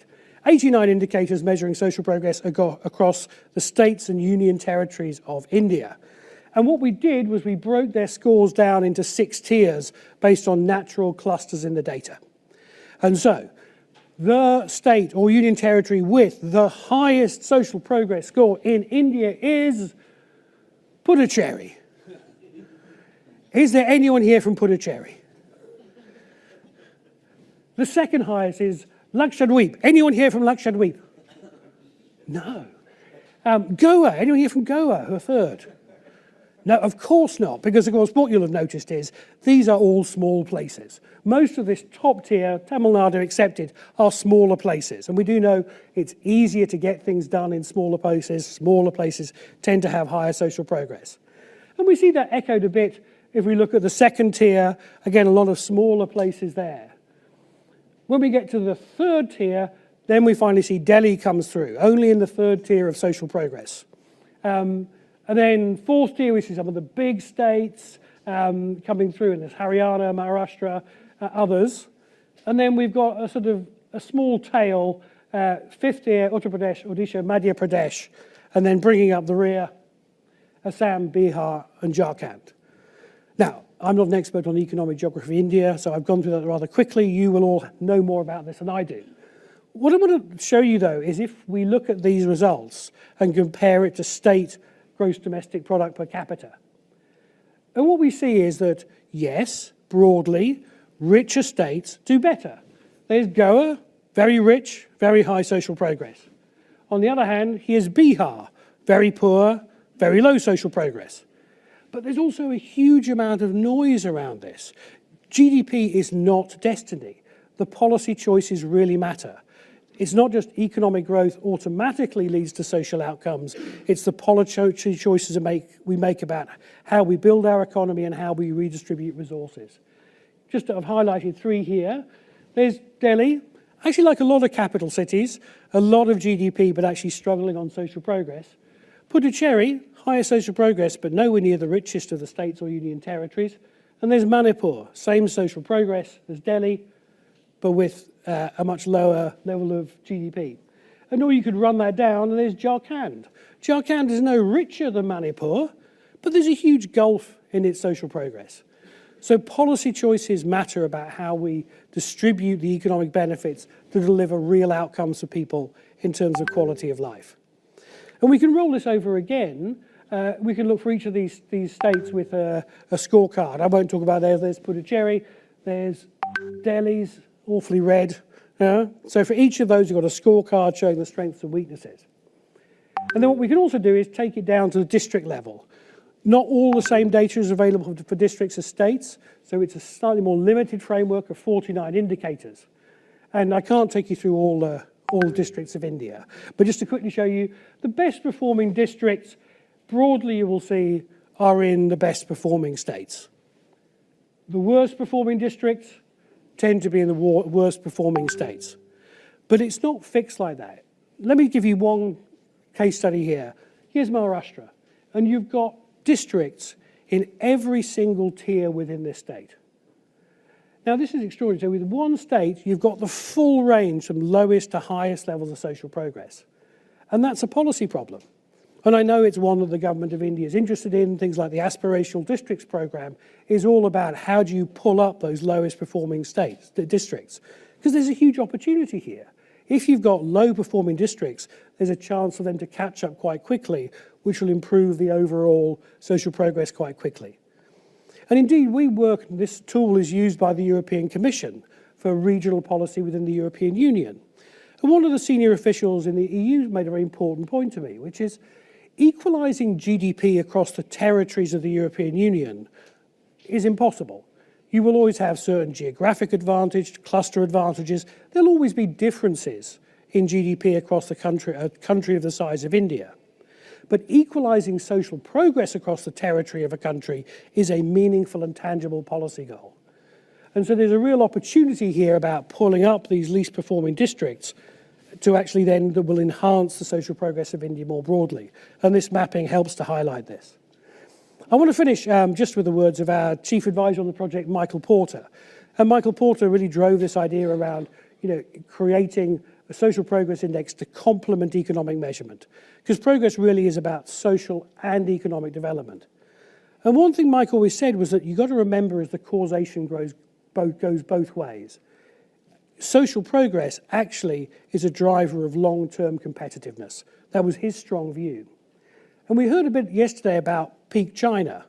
And I do wonder if we're thinking about peak China, is actually its lack of investment in social progress part of the cause of its problems?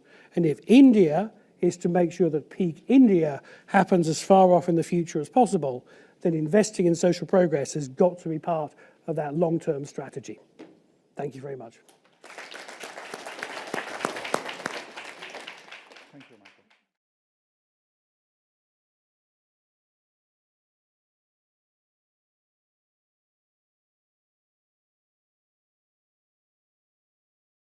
So I'm delighted to be moderating this panel. My compliments to the organizers of this conference. It's been terrific. My first time here, so I'm very glad to be here. And we just heard from Michael Green, who gave us some great insights, particularly around GDP not being the marcher, not being the drum always that we have to march to, but that policies do make a difference and should make a difference, particularly in this area. Much of yesterday's discussion traced sentiments about the India's economy. And one of those sentiments focused hard on the importance of integrating the social dimensions in India's growth story. After all, those dimensions, those social dimensions, are really what touch people, the rank and file as well as the leadership. And the ideas that were talked about yesterday range from changing dominance of the agricultural sector, the engagement of women, the number and quality of jobs that can address and catalyze India's young demographic, the quality of the workforce, and the special emphasis in particular yesterday was improving learning outcomes, so education.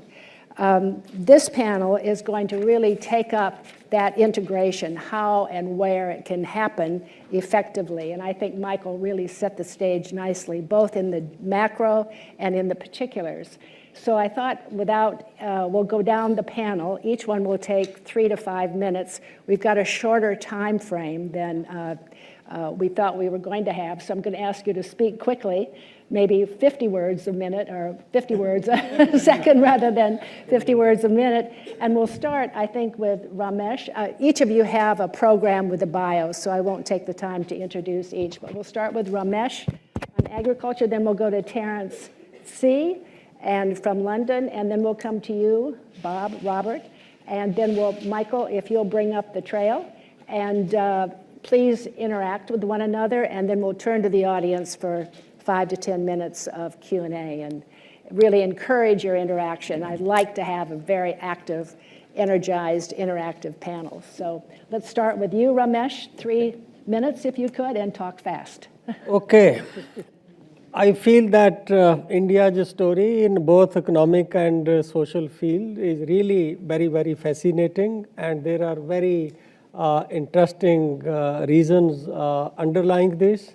I would like to begin with that when new Prime Minister in 2014 came to power, he started giving slogans which were totally different than earlier motivation and slogans.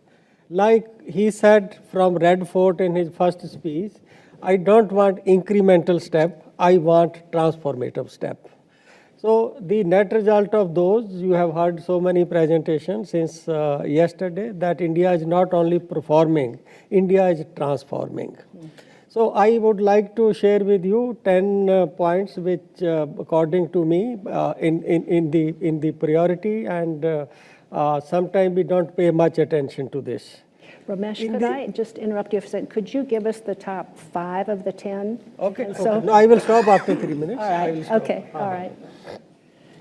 First thing is, in India, there used to be filth everywhere, there used to be garbage everywhere. Nobody was paying any attention to cleanliness. So he first came with this slogan, Swachh Bharat, Clean India. And that slogan was not restricted to government department, it became a mass movement. So as a result, you today go, you see today's city and city of the past, really you see the sea changes. But these are the basic things which nobody was paying attention. Then secondly, again from the Red Fort in his speech, when he talked about the importance of toilet, in his speech he expressed pain of the women in an Indian society who are waiting for darkness to come so that they can go to field and they can go for nature's call. You imagine the situation. Yeah. So then he gave the call for toilets, that every house will have toilets, and the campaign to change the behavior of people, Darwaja Band, many people were not using that facility. Then in case of health, they came with the Ayushman Bharat. The poor people who earlier could not afford to go for surgeries, costly treatment. So every family was provided that they can use ₹500,000 rupees for their treatment in any of the approved hospital. So that is something which made a big difference to health. Then after that, financial inclusion, Jan Dhan account, not only for benefit transfer, certain section of economic community like Rediwala, Patdiwala, to whom nobody paid attention, who were taking loan from private money lenders at the rate of 40%, 50%. They were provided credit at 10%, 12%. So that was another step which was taken. And new approach toward existing schemes which were not showing results. Since you mentioned agriculture, people will be expecting something from me related to agriculture. in India between 91 and 2014, thousands of crores of rupees were spent on medium and major irrigation, but there was not an increase of 1,000 hectare area under public irrigation. I have a paper on it. So millions of dollars spent, but not even 1 hectare under irrigation was not added, because attention was not paid to last mile obstacles and last mile connectivity. He came with new scheme, Pradhan Mantri Krishi Sinchai Yojana, under which this attention was paid, and the sector got transformed. During the last 7 years, we have 7 percentage point increase in area under irrigation from 47% in 2017 to now 54%. So like this, you touch any scheme, soil health card, ENAM, etc. There were Ramesh, big changes. could we stop at agriculture, since that's your specific area, and there'll be an opportunity to come back to that with the audience? Can we go to you, Terence, please, and give us your context? Very good. If you would, please. I will. Thank you very much. I'll keep it short Thank you, as Ramesh. well. I only want to actually mention. So first, thank you very much for inviting me here. I guess it would be very, very arrogant of me to actually claim that I know anything about India, especially when I'm in front of a lot of experts here. What I do want to do, however, is to provide some sort of a cautionary tale. Drawing from the lessons in China, right, as to what not to do. And I'm not entirely surprised when I actually saw that, the GDP is going that way, but SPI is only pretty much flat. I think one of there are 3 things I believe that China has got it wrong with the benefit of hindsight. The first one is the blind pursuit of GDP. Right, there are so many things that you could get wrong with just a singular focus on GDP. But what we could see right now is overcapacity, right? Overcapacity, if you look at, for instance, the strong reliance on property, property development requires a lot of steel, right? But the problem is, the moment the property market disappeared, the steel industry suffered, right? So overcapacity, what to do with the steels? Try to actually forbid all them off, send them all to the U.S. Of course, that's the reasons why the tax is there, right? The import tax. But what do, right? You can't actually transform the structure of the economy overnight. So that's one. Second thing I want to actually mention is the fact that we talk about education every now and then.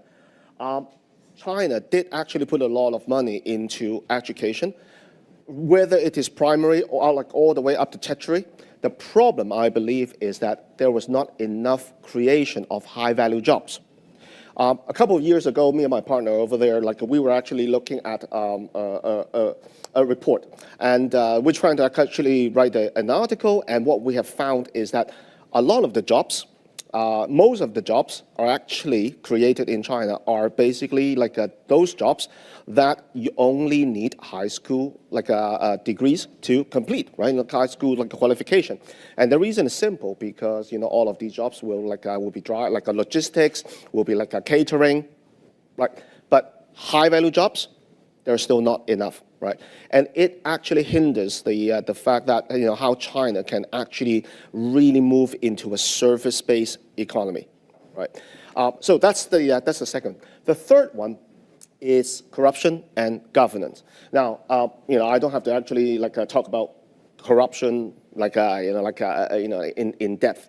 But what I do want to actually say very importantly is the fact that I think one of the biggest problems right now we could see in China that is really actually hindering the attempt to recover is the fact that almost everything is ideology driven, right? Mm-hmm. When I use the term ideology, what I meant was the fact that the party want to actually stay in power, right? Now, and one way to do it is, of course, to keep on bashing the private sectors, right? And yet, the private sectors are actually is one of the most important economic pillars of the country, right? Just to actually give you some idea how important it is, the former president, he actually said that the private sector in China represents the 50, 60, 70, 80, and 90%. It pays 50% of the taxes of the country, It accounts for 60% of the GDP growth. 70% of the tech sectors are in private, 70% of the private sector is private. 80% of the employment that's is going into the private sector, and 90% of the new business creations are in the private sector. And yet, due to the whatever pursuit, ideological pursuit of the country, they keep on actually threatening to take away, confiscating the private property ownership assets, and two, it's the fact that they actually keep on saying that private sector is actually a bad idea. So much so, my last point, and that is they're trying now to reintroduce something that actually happened in the 60s, 70s by introducing communist members into private companies in order to keep an eye on how business would be actually run. So I think there are there are quite a lot that China can offer as what not to do as lessons. Right. So we all benefit from mentors and role models, and also those models that tell us how not to do things. And in what you say, there's a lot to the cautionary tale Michael raised in what China has done and the direction it's going. Robert, let's go to you and hear your perspective from the University of San Diego. Please. It's pretty amazing to be here. This is the building where I received my PhD, so it's kind of like coming home. It's just an impressive group. I was here last year, but I thank Amit and Richard for inviting me back here again and being on this panel, which I'm sure you're about to hear the least interesting comments. I want to talk about a cautionary tale we're talking here much about social transformation and how we affect social transformation, what we can expect from it. And I'm going to talk really quickly about, we've seen in the United States 2 large social transformations in my adult lifetime. And one of them was deliberate, caused by policy, and the other was unintentional, caused by that transformation. And the big change was in 1982, when we broke up the conglomerates, stopped industry-government cooperation, so-called Reagan Revolution, empowered the financial system. Financial system was 2% of the economy in 1980. It's 9% now. And we got a huge transformation. We closed down all the factories in Michigan, closed the factories throughout the Midwest, caused huge disruptions. Movies were made about it. That was a deliberate policy choice. The coast became enabled, technology was enabled, finance grew on the East Coast, technology grew on the West Coast, the middle was abandoned. That led to the second large change that we've seen. Sometime after the social index, progress index was published, we had the election in 2016, here, where we got an irrational reaction to that change. Because for 30 years, that middle portion of the country that had been abandoned by those policies reacted angrily, and are still reacting angrily. It suggests 2 things. One, we can do policies, but there are often unintended effects, partially because we don't think carefully about the social relationships that are engendered and part of that change and who's benefiting from it. The policies now advocated by the so-called reactionary right here in the United States, which is very powerful. It's about half the country. Very powerful. We can't do climate change legislation in the United States because of the political power that's engendered. They are actually advocating changes that are inimical, we believe, to their interests, and which are creating huge economic disparities in the United States. Michael talked about regions which are poor close to each other. We're here in Palo Alto. Right next to us is East Palo Alto. I was born in Detroit. Right next to it was, right next to Mount Clemens was some of the poorest neighborhoods in the world. The whole point about this is that if we're going to have social change, we have to be careful and understand how carefully the first word is, social, is important to what we do. If you look again at Michael's index, and I'm sorry to keep harping on it, but I've studied it for years, It's fascinating. Look at the countries at the top, look at the countries at the bottom. There's a Germanic language bias in that list. Every country that has a Germanic language is doing very, very well. It suggests not the German language helps you, it suggests that the cultural reasons for progress are very important and have to be engaged.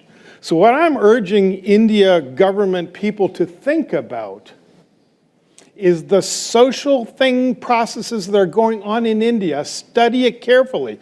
Don't try to be a billionaire country. Don't try to be a financial country. Look what we did, look what we got. There's political instability in the United States.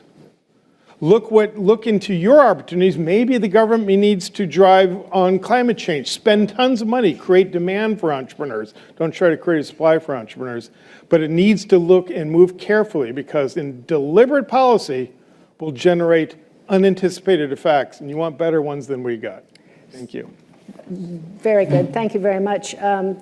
Michael, let's go to you. And if I might say, we've heard from Terence and Robert on the importance of being aware of the context and the social relationships that policies can engender. And from Ramesh, we heard some of the very positive things that are happening, and they're significant. I mean, India wouldn't have the momentum it has today in its growth story. Your index speaks to governments in large part, the role of the private sector. How do you parse that in your index, and then in light of what we've just heard on this panel, if you can come at it from that direction as well as the policy public side? Yeah, that's great. Maybe just one thing I would say first, Bob's kind of inspired me to say this, is there's a cautionary tale from America. In 1990, the United States had the 7th highest GDP per capita in the world and was the 8th highest level of social progress. In 2020, the US had the 8th highest GDP per capita, had held its place on economically, and had fallen to 31st place on social progress. The US over the last 30 years has had an relatively inclusive model of development, and somehow it's blown it up and thrown it away. I mean, it's a catastrophic failure. So there's something to learn, and things can change. Right. And that's, I think, some of the things that Bob talked about are part of that. So I wanted to put that on the table. In terms of private sector, I mean, I think, we worked with Mike Porter very much because Mike thought that this was stuff that was relevant for business. So there's a couple of things. One is, I think, if you're thinking about, country risk, then actually lack of investment in social progress is something that's a risk to businesses. And again, the Germanic language bias. I think there's a case of those Nordic countries have invested in equity that has then repaid them economically, that has helped them to drive on to these very high levels of social progress. So lack of social progress actually is an economic risk that investors should be thinking about. That affects investors in sovereign bonds, but also thinking about where you're locating direct investment more broadly. Supply chains, it can also affect. So therefore, businesses should be incorporating this data into how they're thinking about countries and regions. And we're actually seeing social progress index data now being used in more and more ratings and analyst reports around countries because of this materiality. I think the second one is for businesses, is thinking then also about the growing pressure for businesses to report on their social impact. Particularly the new EU regulations that have come through that are really pushing any business that has a footprint in the EU to account for what it's doing. And I think businesses actually do a pretty terrible story. I think too often they focus on compliance and also talking about the bad things they don't do, rather than actually talking about the good things they do. And I think the contribution to business is enormous. And I think business could do a lot better in telling its story about how it's making better societies and how some businesses are actually better than others. Mm-hmm. And then thinking about which businesses we want to grow and attract. And also, I think to Terence's point, which jobs do we want to create? We're seeing increasingly that the unemployment rate is becoming a very unreliable indicator of social outcomes because the quality of work matters a lot more than the quantity of work. And indeed, to Bob, your point, we've done a social progress index for just down the road, San Jose. And you see huge variation, neighborhood by neighborhood, in levels of social progress. A lot of that's linked to the quality of work. And the access to the quality of work is often linked to public infrastructure. Lack of access to public transportation, lack of access to childcare. So thinking in that integrated way about the social infrastructure that allows people to succeed, business to succeed in an inclusive way is absolutely critical. Right, terrific. Just a note on the climate change regulations. Issued by regulators, of course, compliance is their area, and the focus is getting to the risk to tell investors what the potential is for risk to these non-financial external factors like climate change. So just on that score, but I'd like to sort of come back to the four of you, before we go to the audience for our last few minutes. The title of our section is economic and social issues, dimensions, and I add their integration, because that's been a large part of our conversation the past day, with an emphasis on education and jobs and upscaling those jobs. But I'd like to ask you, in your opinion, we have four of us who are not Indian. We have a representative, Niti Aayog. Is there an opportunity for India to really exercise a paradigm change in how they integrate the social dimension in the economic growth story? And we might start with you, Ramesh, and then just go down the line briefly, and then we'll turn it over to the audience. It is already visible if you analyze the successive budget of the government. They have very carefully calibrated growth and equity.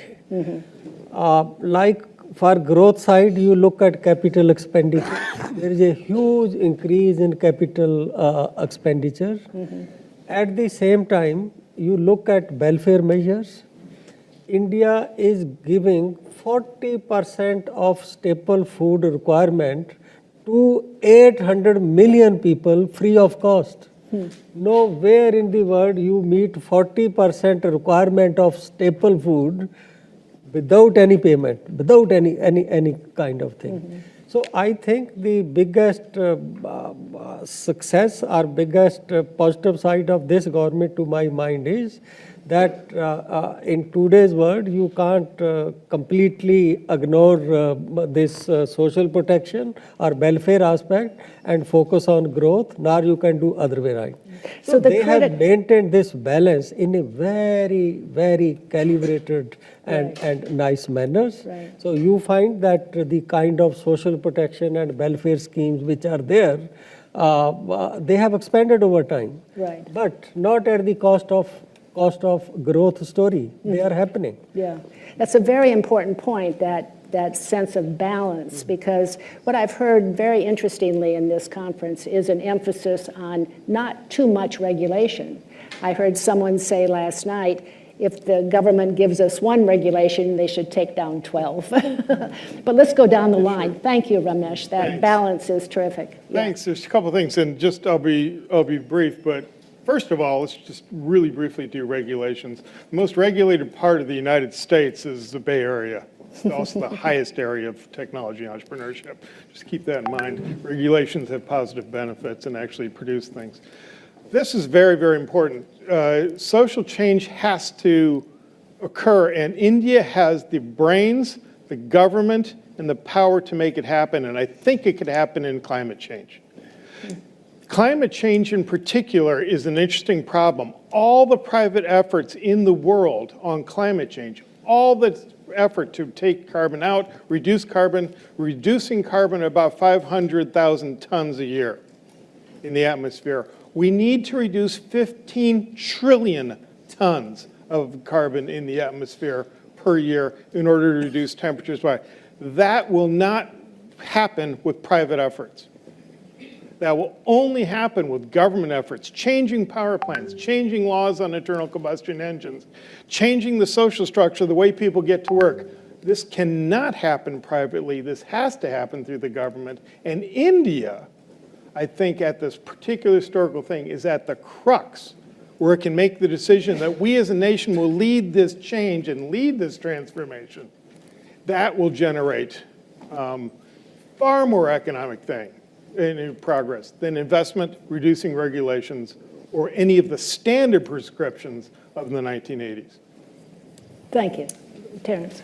I have a slightly different spin. I mean, I fully agree with you, with the climate, and also I fully agree with you with the fact that India has got the capabilities and resources to do, to be at the world stage. Once again, I'm drawing on the lessons from China.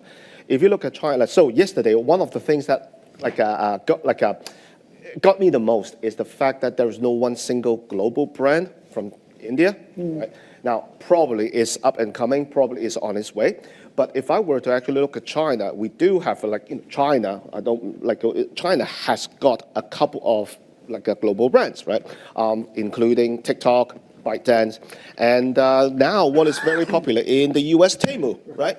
The problem, I think, is that it has to be India would have to do the same thing with a slightly different spin, and that is do it in a way that is not at the expense of the social development in the in China. If you look at Temu, one of the very reasons why it is such a rising star, especially in the U.S. We in the UK we're still very, very slow in taking on Temu. But here apparently I was it's very, very obsessed. People are obsessed with it because they're obsessed with the price. Right, and how ridiculously low price things are. Yeah, right. But where do you actually there must be some sort of a catch with low prices, and of course, it is all coming at the expense of the working conditions in in a manufacturing country, i.e., China. Yeah. So I think it is India has got the ability to both establish a brand, but not at the expense of the a social not paying it with social costs. Yeah. Let me ask you though, Terence, it's not branding in the conventional sense, but couldn't we think of India's IT sector as a global collective brand? I mean, the Wipros, the Mahindras, the Tata, Yep. that group, Infosys. I was thinking about that too. Yeah. I think what India is probably missing, and that is, if we were to draw on the analogy with the U.S., is that there is no retail technologies. There is no technologies that retail customers, consumers can actually use. Whereas, in the U.S., it's the Apple and the Meta and just down the road, right? Okay. So I think, if India could actually move from more of a B2B big tech giant to a B2C tech giant, I think it will actually open up a lot more opportunities for the country. Right. And one thing we heard yesterday was a lot of emphasis on that startup strategy of developing the idea in India but bringing it to the U.S. market. So that corridor becomes really important. That would be, yeah. Michael, you want to bring the elephant home for us on the panel, and then we'll go to the audience, and Pranjal will be our first, so please. I was going to say what Bob said better than I was going to say it, so I'm going to shut up and give other people a chance. By the way, it's important to note that we have a lot of technology here, and all these companies met at Facebook. This is the area of the United States with the most profound inequality. Yes. The most profound inequality. When I grew up in Michigan, it was young people that mowed the lawns. When the people mow the lawns now, is a poorer class of people here. And so we have to be aware. You don't want to make the mistakes the United States made. Pranjal? Thanks for all this. I want to challenge Michael on your social progress report. I think it'll sort of get everybody Can you excited speak up now. a little bit? Yeah. Michael, you just casually said something about the information and communication sector, saying that, it's down in the dumps after years of actually improving access of communications and online digital access. And then you quote the World Press Index, which is actually a survey of perception rather than based on facts, which I think really undermines that specific point, because I would argue that media freedom in India is no better or worse than in the year before the current government, point one. In fact, I would argue that it's better because of digital media. So many YouTubers, social media accounts, and online platforms are abusing and questioning the government every minute of the day. And I find this interesting because even yesterday, Dr. Bardhan said that billionaires own all of Indian media. But if you look at the facts, 6 corporations own 90% of US media, which is very, very stunning, and it's not recent. They've actually, and a few years ago, it was only 30% of the media was owned by these 6 corporations. In UK, 3 publishers own 90% of print media and 40% of online media. And US does not even allow foreign media to enter more than 20% and take a stake in a company. UK is actually arguing against allowing foreign media to be there. And then there are these reports of India throwing out foreign media, et cetera, et cetera.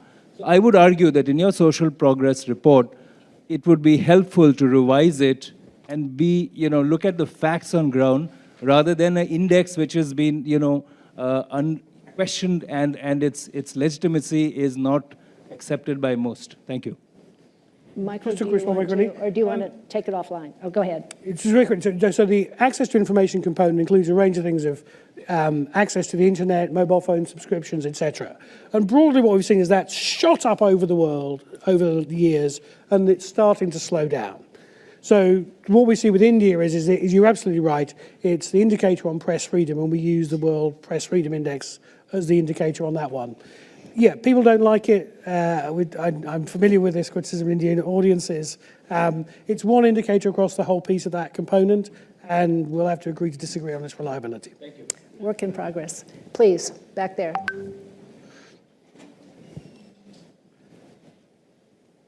Thank you for delivering the microphone so quickly. Appreciate it. Go ahead. Everyone, my name is Rahul Shah, social impact consultant based in Bombay. One question, if you overlay the SPI index across probably the aspirational districts in India, you'll probably see some interesting kind of insights and perspectives. So my question for Rameshji, what are some of the kind of elements of the aspirational districts program that you're particularly bullish and optimistic about? And what are some of the things that keep you up at night when it comes to, improving SPI in these aspirational districts? Thank you. Again, aspirational district, to my mind, is the result of special attention paid to bottom, marginalized, and excluded. If you look excluded, nobody gave so much emphasis on gender as you find it now. Nari Shakti, women can join army, other forces, so that equal opportunity kind of thing. Similarly, marginalized category. Earlier, we were treating border village as India's last village. But Prime Minister said they are not the village where India ends. They are the village where India starts. So it is a border villages are our first villages. We will develop them accordingly, not that they are the last villages, therefore things will go there at last. So similarly, this aspirational districts and aspirational blocks, that they were at the bottom. So the thinking was that if they are developed, then you will find that overall average of country will also develop.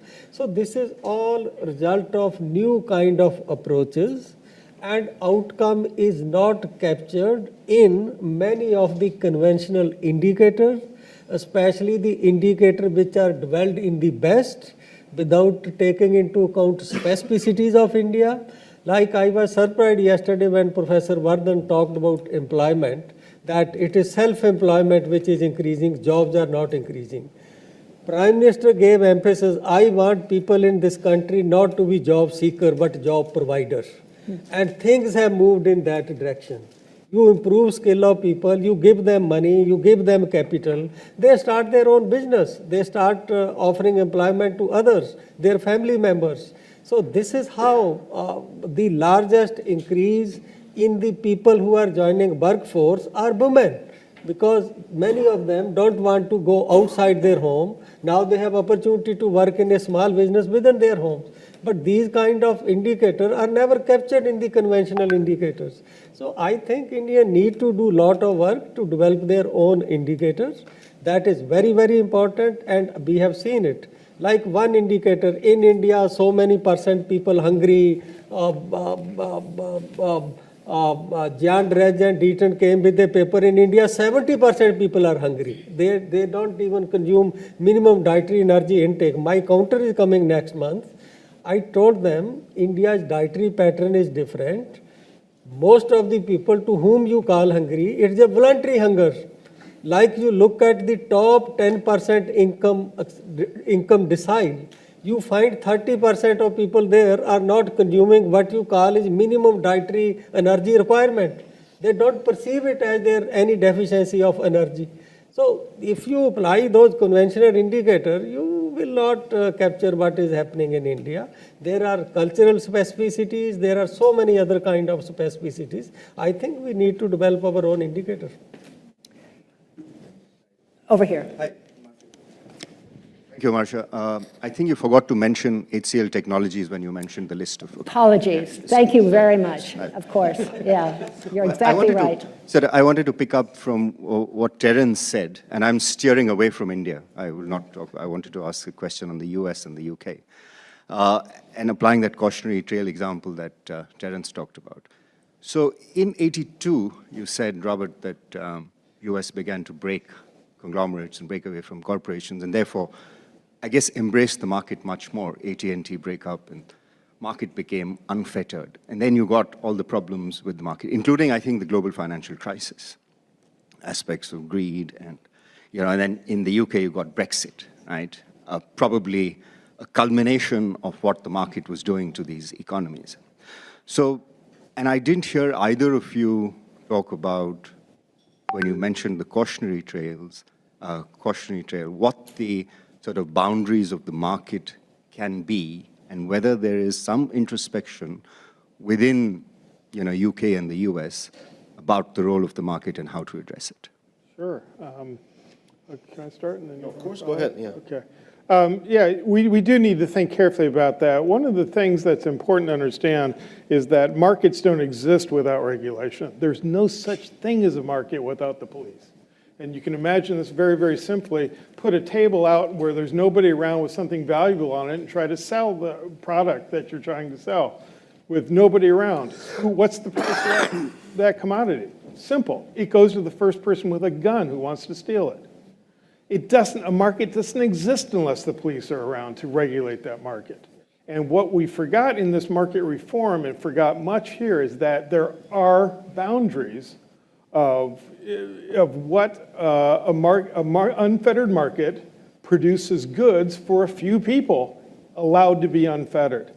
So we've forgotten the value of redistributive taxes. We've forgotten the value of infrastructure spending. The roads here are terrible. I'm embarrassed when I fly back from Europe and go to an American airport. It's like going to 1973. You've ever seen the trains here? Okay. And we could fix all that with Elon Musk's salary. And then some. Right, exactly. So it's not that market outcomes are bad, but they have to be seen as part of an entire, and let me say the last thing, we had the greatest growth of income in the United States over a short period of time, and this is what India can tell you. When the factories opened up and burgeoned into North Chicago and Detroit, and there was a great migration of people from the southern part of the United States, came up north to get good jobs. We got the greatest inequality when we told everybody to become an